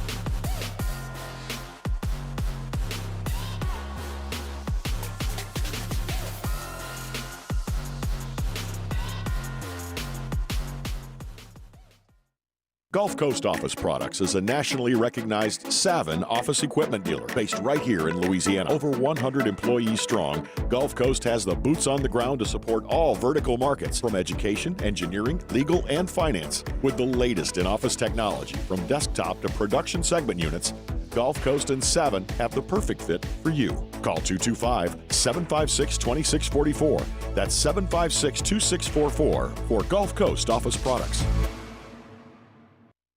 Dylan Cruz here to tell you about Six Rings Baseball and Softball Camp. If you live on the North Shore and play ball, go to Six Rings Camps with former LSU assistant coach Dan Canaveri. His knowledge is second to none, and your child will improve and have fun doing it. Camps were held at Coquille Park and Six Rings Academy in Covington with 4 sessions over the summer. Full day and morning only sessions are available from ages 7 to 13. Go to sixringsbaseball.com or call 985-206-9096.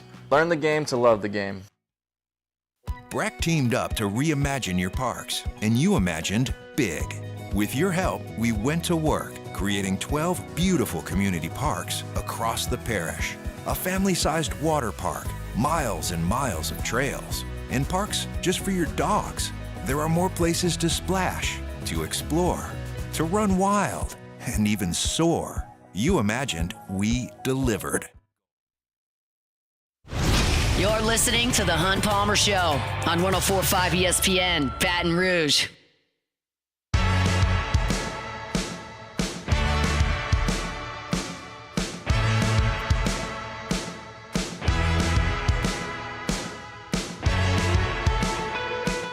Congratulations to Roy Barrymore from Baton Rouge and Jonathan Bryant from Metairie. Roy and Jonathan are the Week 5 winners in our 2024 College Football Pick'em Contest, and each wins a Hooters wing party for 10 people. Don't forget to make your picks for Round 6 by tomorrow at noon. That is Thursday at noon. Weekly winners will receive a Hooters wing party for 10 people, and the first place season-long champion will receive a 75-inch 4K flat-screen TV and soundbar, plus Hooters wings for an entire year. It's the 2024 College Football Pick'em presented by Hooters. Top of the 4th inning in Houston at Minute Maid Park. Nothing between the Astros and the Tigers. Houston trying to keep their season alive. A lot of success by the road teams yesterday. 3 of them got wins until San Diego put it on Atlanta last night. But we'll see. Could be some teams punching their tickets to the next round. Divisional round coming up today in Major League Baseball. All right, power rankings. It is that time, Beck. Let's roll. Hunt's SEC Power Rankings. All right, do we have a change at the top? The Texas Longhorns. We did. Georgia goes down in Tuscaloosa. I'll take Texas at the top. It was a sleepy first half against Mississippi State. I will grant you that. But look, they had their backup quarterback out there. He's played pretty well. And that Michigan win stands pretty tall. Michigan looks okay, and they did not look okay against Texas. I think Texas is really, really good. I will take them as the best team in the Southeastern Conference at number 1. How about number 2? The Alabama Crimson Tide. I debated this one, but Alabama's up 3 spots to number 2 hill here. Jalen Milroe is an absolute handful. He can run the ball as well as any quarterback in college football, and he's throwing it better as well. He's tough to deal with. They're good. They are a national championship threat. There's no question. The second half defense, certainly a concern in the game. They weren't great, but they've got a lot of talent. They've got a good coach. They've got a really good quarterback. So I've got Alabama at number 2. The Georgia Bulldogs. Georgia at number 3. They back up 2 spots from the top spot. They had a great second half. They've got elite talent. They've got elite poise in that environment to come back and almost win that game. They are far from done at this point. However, a little bit of concern because they usually don't give up that much with their defense, and they did. So you didn't play great against Kentucky. Lost the game against Alabama. Still very much a national championship contender, but I've got Georgia down at number 3. The Tennessee Volunteers. Tennessee backs up a spot, but that's only because Alabama moved up 3 spots. Vols at number 4, still very, very good. They've got at Arkansas this week, and then they've got a home game against Florida before Alabama comes to Knoxville, and we'll really see what the Vols are made of. I think they're very good. I don't think they'll have much trouble with either Arkansas or Florida, but I do have them at number 4 this week. That's where the Vols rest. The Ole Miss Rebels. Still got Ole Miss here at 5. They back up 1 spot, and people are going to go nuts over this. They didn't play anybody, and then they got beat. Yeah, that's true. They got whipped up front. They gave up 4 sacks, and they got beat at the point of attack. They got the biggest game of Lane Kiffin's career coming up. I still think that Jackson Dart's very good. I still think that Lane Kiffin is good. Trey Harris is very good. They've got to run the ball a little bit better, and they've got some talent on defense. There's no question they have flaws, and so does everybody from 5 moving back. So I've got Ole Miss in the 5th spot. The LSU Tigers. LSU moves up a spot to number 6. The defense looked a little better against South Alabama, looked a little bit better in the second half against UCLA. They're really good on offense. I think they can throw it against anybody, and you're probably all going nuts because Ole Miss shouldn't be ahead of LSU. Well, LSU's lost a game too, and they had plenty of their issues in games against UCLA and Nichols as well. South Alabama doesn't cure everything. I still think LSU's pretty good, but I've got them a notch behind Ole Miss at number 6. The Missouri Tigers. I backed Missouri up here. They're running the ball pretty well. Nate Noel second in the SEC in rushing, 639 yards per game, 110 yards per game for him, 6.39 yards per carry, 110 yards per game. They didn't do anything necessarily to deserve this. I still think LSU's playing a little bit better now at this point, but Missouri can prove me wrong by going to College Station and handling business. I backed up the Tigers 1 spot here to number 7. Texas A&M. Aggies at number 8. That's where they were last year. They are 13th out of a 16-team SEC in scoring offense. They are worst in the SEC in passing offense in terms of their completion percentage and yards per game. They've got to throw the ball a little bit better.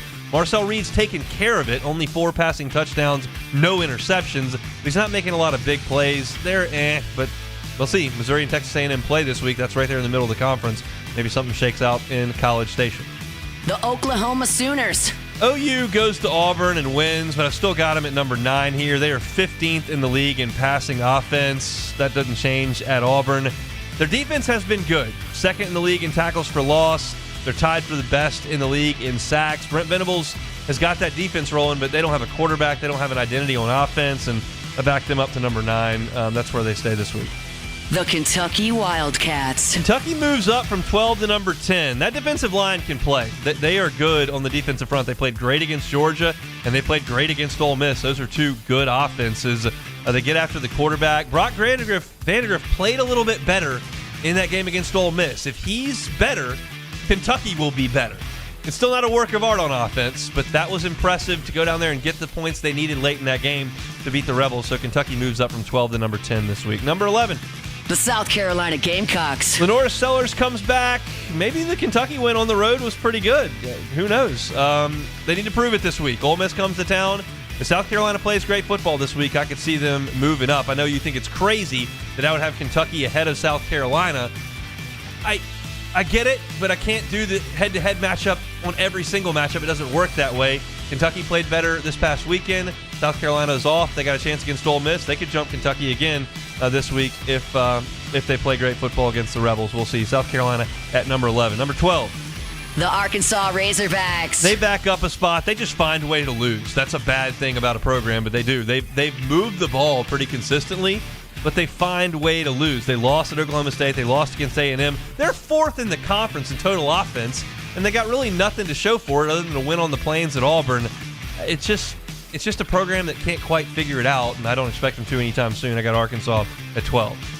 The Vanderbilt Commodores. There you go, Beck. They stay there in a bye week. Didn't need to move them anywhere. They're the number 14 total offense in the SEC.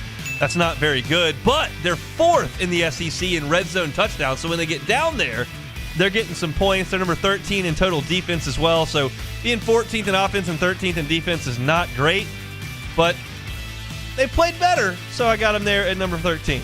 The Florida Gators. Florida coming off a bye. They stay there at 14. In fact, the end of my rankings are all the same. 2-quarterback system was good against Mississippi State. This is a must-win for Billy Napier once again because they play Central Florida this week. If they don't win that one, they may not win again. So you might want to get it. Florida at number 14 this week. The Auburn Tigers. Auburn's at number 15. They are 132nd in the country of 134 teams in turnover margin. They're 133rd of 134, almost dead last in giveaways. That's the story of the season, period. They can't take care of the football. It's cost them 3 games. And number 16, the Mississippi State Bulldogs. good fight. Moral victory in the first half there in Austin for the Mississippi State Bulldogs. You get credit for that, but you're the worst team in the league, so that is Mississippi State at number 16. Those are your SEC power rankings. Start at the top, Texas, Alabama, and Georgia, 1, 2, 3. Tennessee, Ole Miss, and LSU, 4, 5, 6. Missouri, A&M, and Oklahoma in the middle there at 7, 8, and 9. 10, 11, 12 is Kentucky, South Carolina, and Arkansas. Vanderbilt's at 13. Florida, 14. Auburn, 15. And Mississippi State Bulldogs come in at number 16. How do we feel, Beck? I feel pretty good. I am okay with Vandy's placement. I could maybe swap them with Arkansas there. Arkansas has not really won any games. I mean, they went to Auburn. They did, but they had games that they easily could have won, and they just didn't. Counterpoint, Arkansas hasn't lost to Georgia State. That's true, but Vandy also has probably the best win out of the two teams. Over Virginia Tech. How do you feel about the top 3, Texas, then Alabama, then Georgia? I'm okay with it, I guess. I try not to get too caught up. I realize this is a ridiculous thing to say. It is. I try not to get too caught up in the actual win and loss and just the whole of how you played. Georgia was 2 feet away from winning. That fade route is 2 feet towards the sideline. Georgia guy goes up and makes a play. They win, and they're number 1, and Alabama's number 4. Yeah, but it wasn't. The guy picked the ball off. Yeah, I can understand that sentiment. I would probably have Bama number 1 just because they have the best win in the SEC over Georgia. That's definitely better than Michigan in the Big House. I think so, man. Michigan literally cannot throw the ball. They can't throw the ball. They can only run the ball. If they go up against a competent team that can actually stop them running the ball, they're going to lose. I think they are definitely going to lose. Yeah, Texas did that, and there are going to be other teams that can do it as well. But I still think that's the best win in the one league. that gave me a little bit of pause, and this is the way that it goes, is I have Kentucky ahead of South Carolina. Yeah, that's a tough one. Obviously, because the head-to-head, but Kentucky's got obviously has the best. They have the best win as well at Ole Miss, and then they played Georgia to the nail. Exactly, and South Carolina has no. Am I giving South Carolina a lot of credit for getting up 17-0 on LSU? No, I don't think so. I'm not opposed to that. The head-to-head Brett is Semino tough, says but, terrible, Hunt. Yeah, not surprising. It happens every week. People in the chat are kind of the point of the segment. Yeah, people in the chat are also calling you a Cowboys fan. Just because you're from Shreveport. Oh well, that happens a lot. Richard Condon, our good friend who supports this show just so earnestly. Our number 1 supporter. He really does love the Hunt Palmer Show. He supports it multiple times a day on Twitter. Loves what we do. Loves the work here. And he has his concerns with my Shreveport heritage and the fact that I may have pulled for the Cowboys once upon a time, and the fact that I don't necessarily pull for the Saints very hard. That hurts Rich, and I apologize. I don't want to hurt anyone's feelings, but that's just kind of the way that's how he handles things. So, thanks for your support, Rich. We'll come back and close things out next. The Hunt Palmer Show. Make LeBare's Baton Rouge your game day headquarters this season. They got the biggest screens around, and now you can bet and dine at ESPN Bet in person. I talk to you about ESPN Bet every single day here on the show. It's a great place to watch a game. 1, they got great individual seating options. 2, they've got big tables, so if you got a group you can watch. Got a great wait staff that'll come get your drinks as well as your great food. And then, if you're watching the game, maybe halftime pops up, there's a blackjack table like 8 feet behind you. You can go play a little bit of cards, then get right back and watch the game that you got some action on over to ESPN Bet. It is a great place to go and check out some games. So LSU's off this week. You want to go in all day Saturday and watch college football because you don't have to focus on LSU? Do it. The Saints don't play Sunday either. They're on Monday. You can go in, watch the Saints all day, watch the NFL all day long on their awesome screens over there at ESPN Bet. LeBare's Baton Rouge, your live sports headquarters. Got to be 21 years or older. Gambling problem? Call 1-800-589-9966 for help.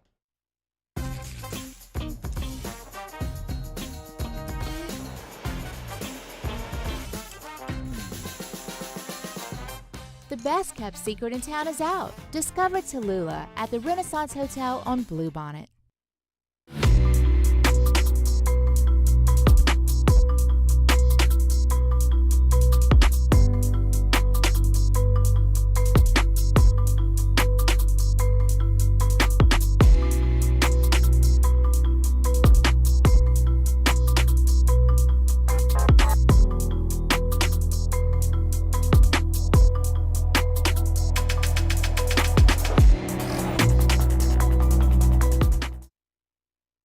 Electricity is all around us, and our families depend on it.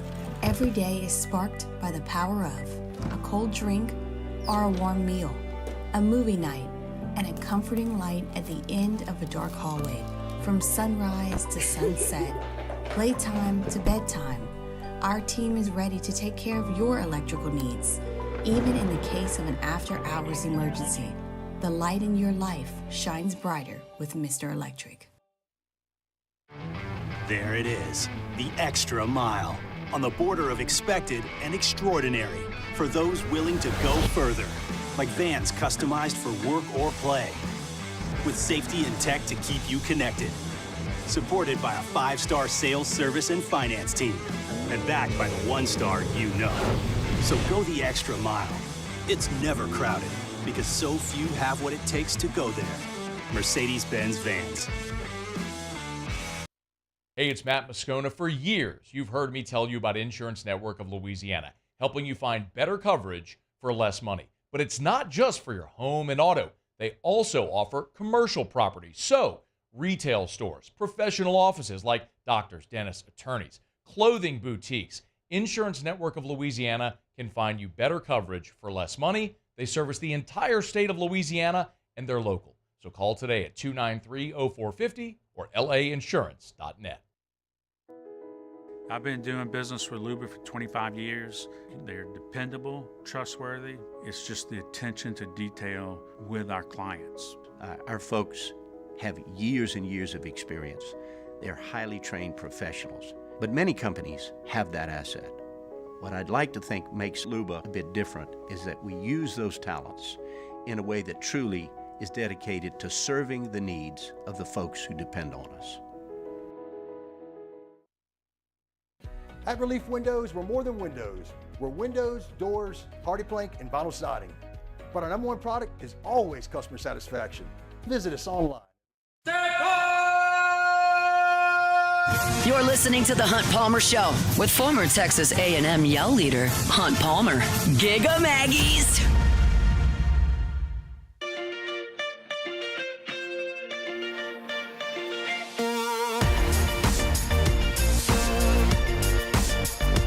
What percent of our listenership has no idea what that's in reference to? Like 50%, I don't know, Hunt. 60%? I don't know, Hunt. That was a pretty viral moment in sports media last year, or whatever year it was. I mean, 2 years ago. I get people bring it up to me all the time. So yes, there's a sizable portion that certainly do remember it.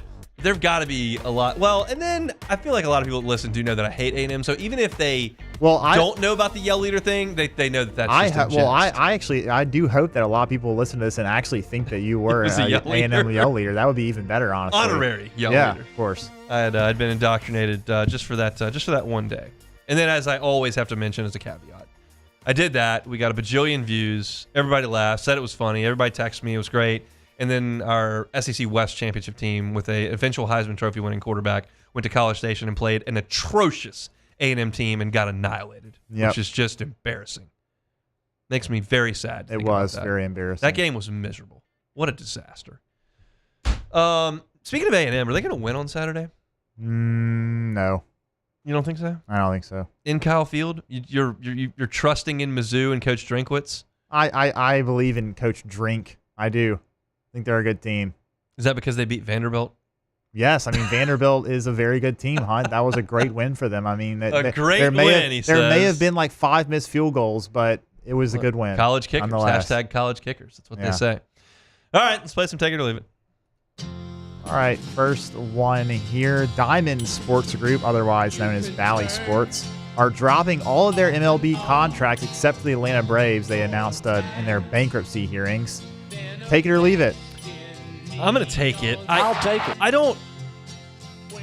haven't had any experience with Valley Sports trying to find a Pelicans game and all that. We don't have to worry about that anymore, though. I know, the Pelicans, but so many of y'all do, and my friends have.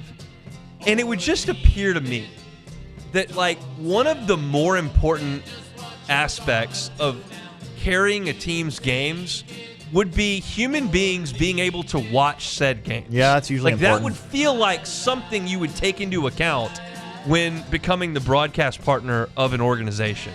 And based on what I've read and seen, Bally put that on the back burner for about everybody. Like, yeah, well, we've got the game. You might be able to find it. Maybe not. You kind of will see. Like, people would, like, not know as of lunchtime if they were going to be able to see the game at 7 o'clock that night. It was just, how is that possible? Yeah, this appears to me, I've never negotiated a television rights deal for hundreds of millions of dollars, but that would probably be first on the agenda of things I'd like to talk about. If we make you the broadcast partner, can anyone watch it? And if that's not good, if that's not the case, then I might go away from that. Yeah, I think I would too. Next one here, talked about it a little bit, but if today is Alex Bregman's final game in Houston, the Astros should retire his number. Take it or leave it. I'm going to leave that. Yeah. He's not a Hall of Fame player. He wasn't like the catalyst of a world championship. I know that Springer was the MVP of their World Series. Correa was a big piece of that. Verlander was obviously a huge piece of that. And Bregman was certainly too. And there's no question he's kind of the last man standing as they've all moved on. And Alvarez has kind of become the alpha in that lineup. He was a great selection for them at number 2. He's been a wonderful player for their organization. He was part of a championship team and an unbelievable run of just getting to the American League Championship Series every year, which is absurd. But I don't think that he's warranted a number retirement to this point. Yeah, I think he could, if he had continued to play there for maybe 4 or 5 more years. He maybe on a lesser team could be one of those guys that was just a lifelong player for the team and was really good for all those years, and maybe you do it. But the Astros have a great history. They've had a lot of good players that they retired, so I mean, Craig Biggio had 3,000 hits. Yeah. Jeff Bagwell hit a bajillion home runs and won an MVP. Like, it's just he doesn't reach that level. Yeah. Next one here, ESPN ranked the Saints number 15 in their NFL power rankings this week. Take it or leave it. That's probably about right. I mean, that's just kind of the deal. I mean, where would they have been last year? 15, 16, 18? Yeah. Like, that's about 500. If you're second on this list, you're a 14-3 team, a 13-4 team. If you're 26th on this list, you're a 4-13 team. The Saints are probably a 10-7, 9-8, 8-9 team. And that puts you in the middle. I just I don't know another way to say it. Everything about what the Saints are doing right now is middle of the league. And I hold out hope, and I think it's legitimate hope, that they can get healthy and play closer to what they did in weeks 1 and week 2 than maybe they had the last couple of weeks. But McCoy's out 2 months. Like, that just is what it is. And Ruiz is banged up, and the defense is aging, and Amari Davis and Tyrann Mathieu might get hurt. They're old. So it's I have hope. I don't think that you just cast complete cold water on this entire season at this point. And that wasn't my point in the segment we did earlier with Davante Adams. But I think that's a fair place to put them. Would it surprise me if the Saints finished up 8th on this list and made the playoffs? No. Would it surprise me if they ended up 26th on this list and didn't? Yeah, that would surprise me if they fell off a cliff. But I think they're a middle-of-the-pack team. We got one more here. Malik Neighbors' start to the season so far has been quite good, incredible. Except for getting hurt. Except for getting hurt, but he is. There's from PFF. There's a chart with receiving yards per game and first downs per route run, and he is at the top right corner, which is very good. Almost at the very top. The only person above him is Odell Beckham, another former LSU Tiger. But Malik Neighbors, Rookie of the Year candidate, offensive Rookie of the Year candidate. Take it or leave it. Got to take it. I mean, right now he's not the favorite because Jaden's been otherworldly. I wrote a story on LouisianaSports.net yesterday about the odds for Jaden just shrinking. You have to give money now to get him an offensive Rookie of the Year. But you can still get him at a pretty good price for MVP, 40-1. So, Jaden throws some picks or has some bumps in the road. I mean, I think Malik's going to be really good. What's working against Malik Neighbors is he doesn't have a quarterback. So he's setting records with a bad quarterback in place. Thankfully, after the first week, Daniel Jones realized, hey, I'm just going to throw it to him 15 times a game, and it'll probably work out for the best. Call Jaden. It goes okay. Make that happen. So, by the way, Brian Thomas Jr. also a really good start. So, LSU's got a pretty good brand working in all sports, MLB, NFL, and not so much in the NBA. I mean, there's going to have to be probably a discussion about whether or not LSU has their title of DBU is transferred to wide receiver U at this point. They keep playing defense like this, yeah. And they keep putting receivers in the league that are, the receivers are quite good. Who's claiming that right now? I mean, I know we had Ohio State probably, but and USC had their thoughts on it as well. LSU's got more high profile guys. USC's got a lot of guys that are out there, but I think LSU's pretty prominent wherever you're looking on the internet these days and on professional professional sporting fields and competition areas. That's it for a Wednesday edition of the Hunt Palmer Show. Fired up for tomorrow's show. We'll have Luke Johnson talking Saints as they get ready to go to Kansas City. We'll also talk to Chris Blair. No LSU game to get ready for, but we'll have plenty to chew on. We'll see what the Saints decide to do with Davante Adams if something moves on that front here in the next 24 hours. We certainly talked about that today. We talked about Garrett Nussmeier on Mel Kiper's big board of quarterbacks at number 8. Could it make sense for Garrett Nussmeier to move on to the NFL? Kind of dove into all those possibilities at the top of the show. If you missed it, you can catch it on YouTube at Hunt on LSU. JD PicKell of On3 Sports with us talking the national college football scene at 1:15. It was a What If Wednesday. JV and Toviano moving spots on LSU's defense. Brian Kelly talked about it on the teleconference this morning. We talked about it at 1:45. Are the Saints truly in the mix for Davante Adams? Can they make that work? All of my thoughts at the top of hour number 2. You can also find that at YouTube on Hunt on Saints. And our SEC Power Rankings. Fighting Tigers moved up a spot this week to number 6. You can hear the rest of them wherever you find your sound, whether it's Apple Podcasts, Spotify, Google, or on YouTube, where our whole shows are archived each and every day. That's going to do it for us here on this Wednesday edition of the Hunt Palmer Show. Matt's going to drive you home next on After Further Review. He'll have plenty of thoughts on the Saints, Davante Adams, LSU, and all things South Louisiana sports. Have a great Wednesday evening. We're back tomorrow, same time, same place. Hunt Palmer Show.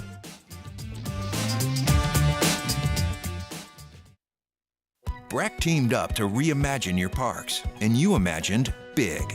With your help, we went to work, creating 12 beautiful community parks across the parish.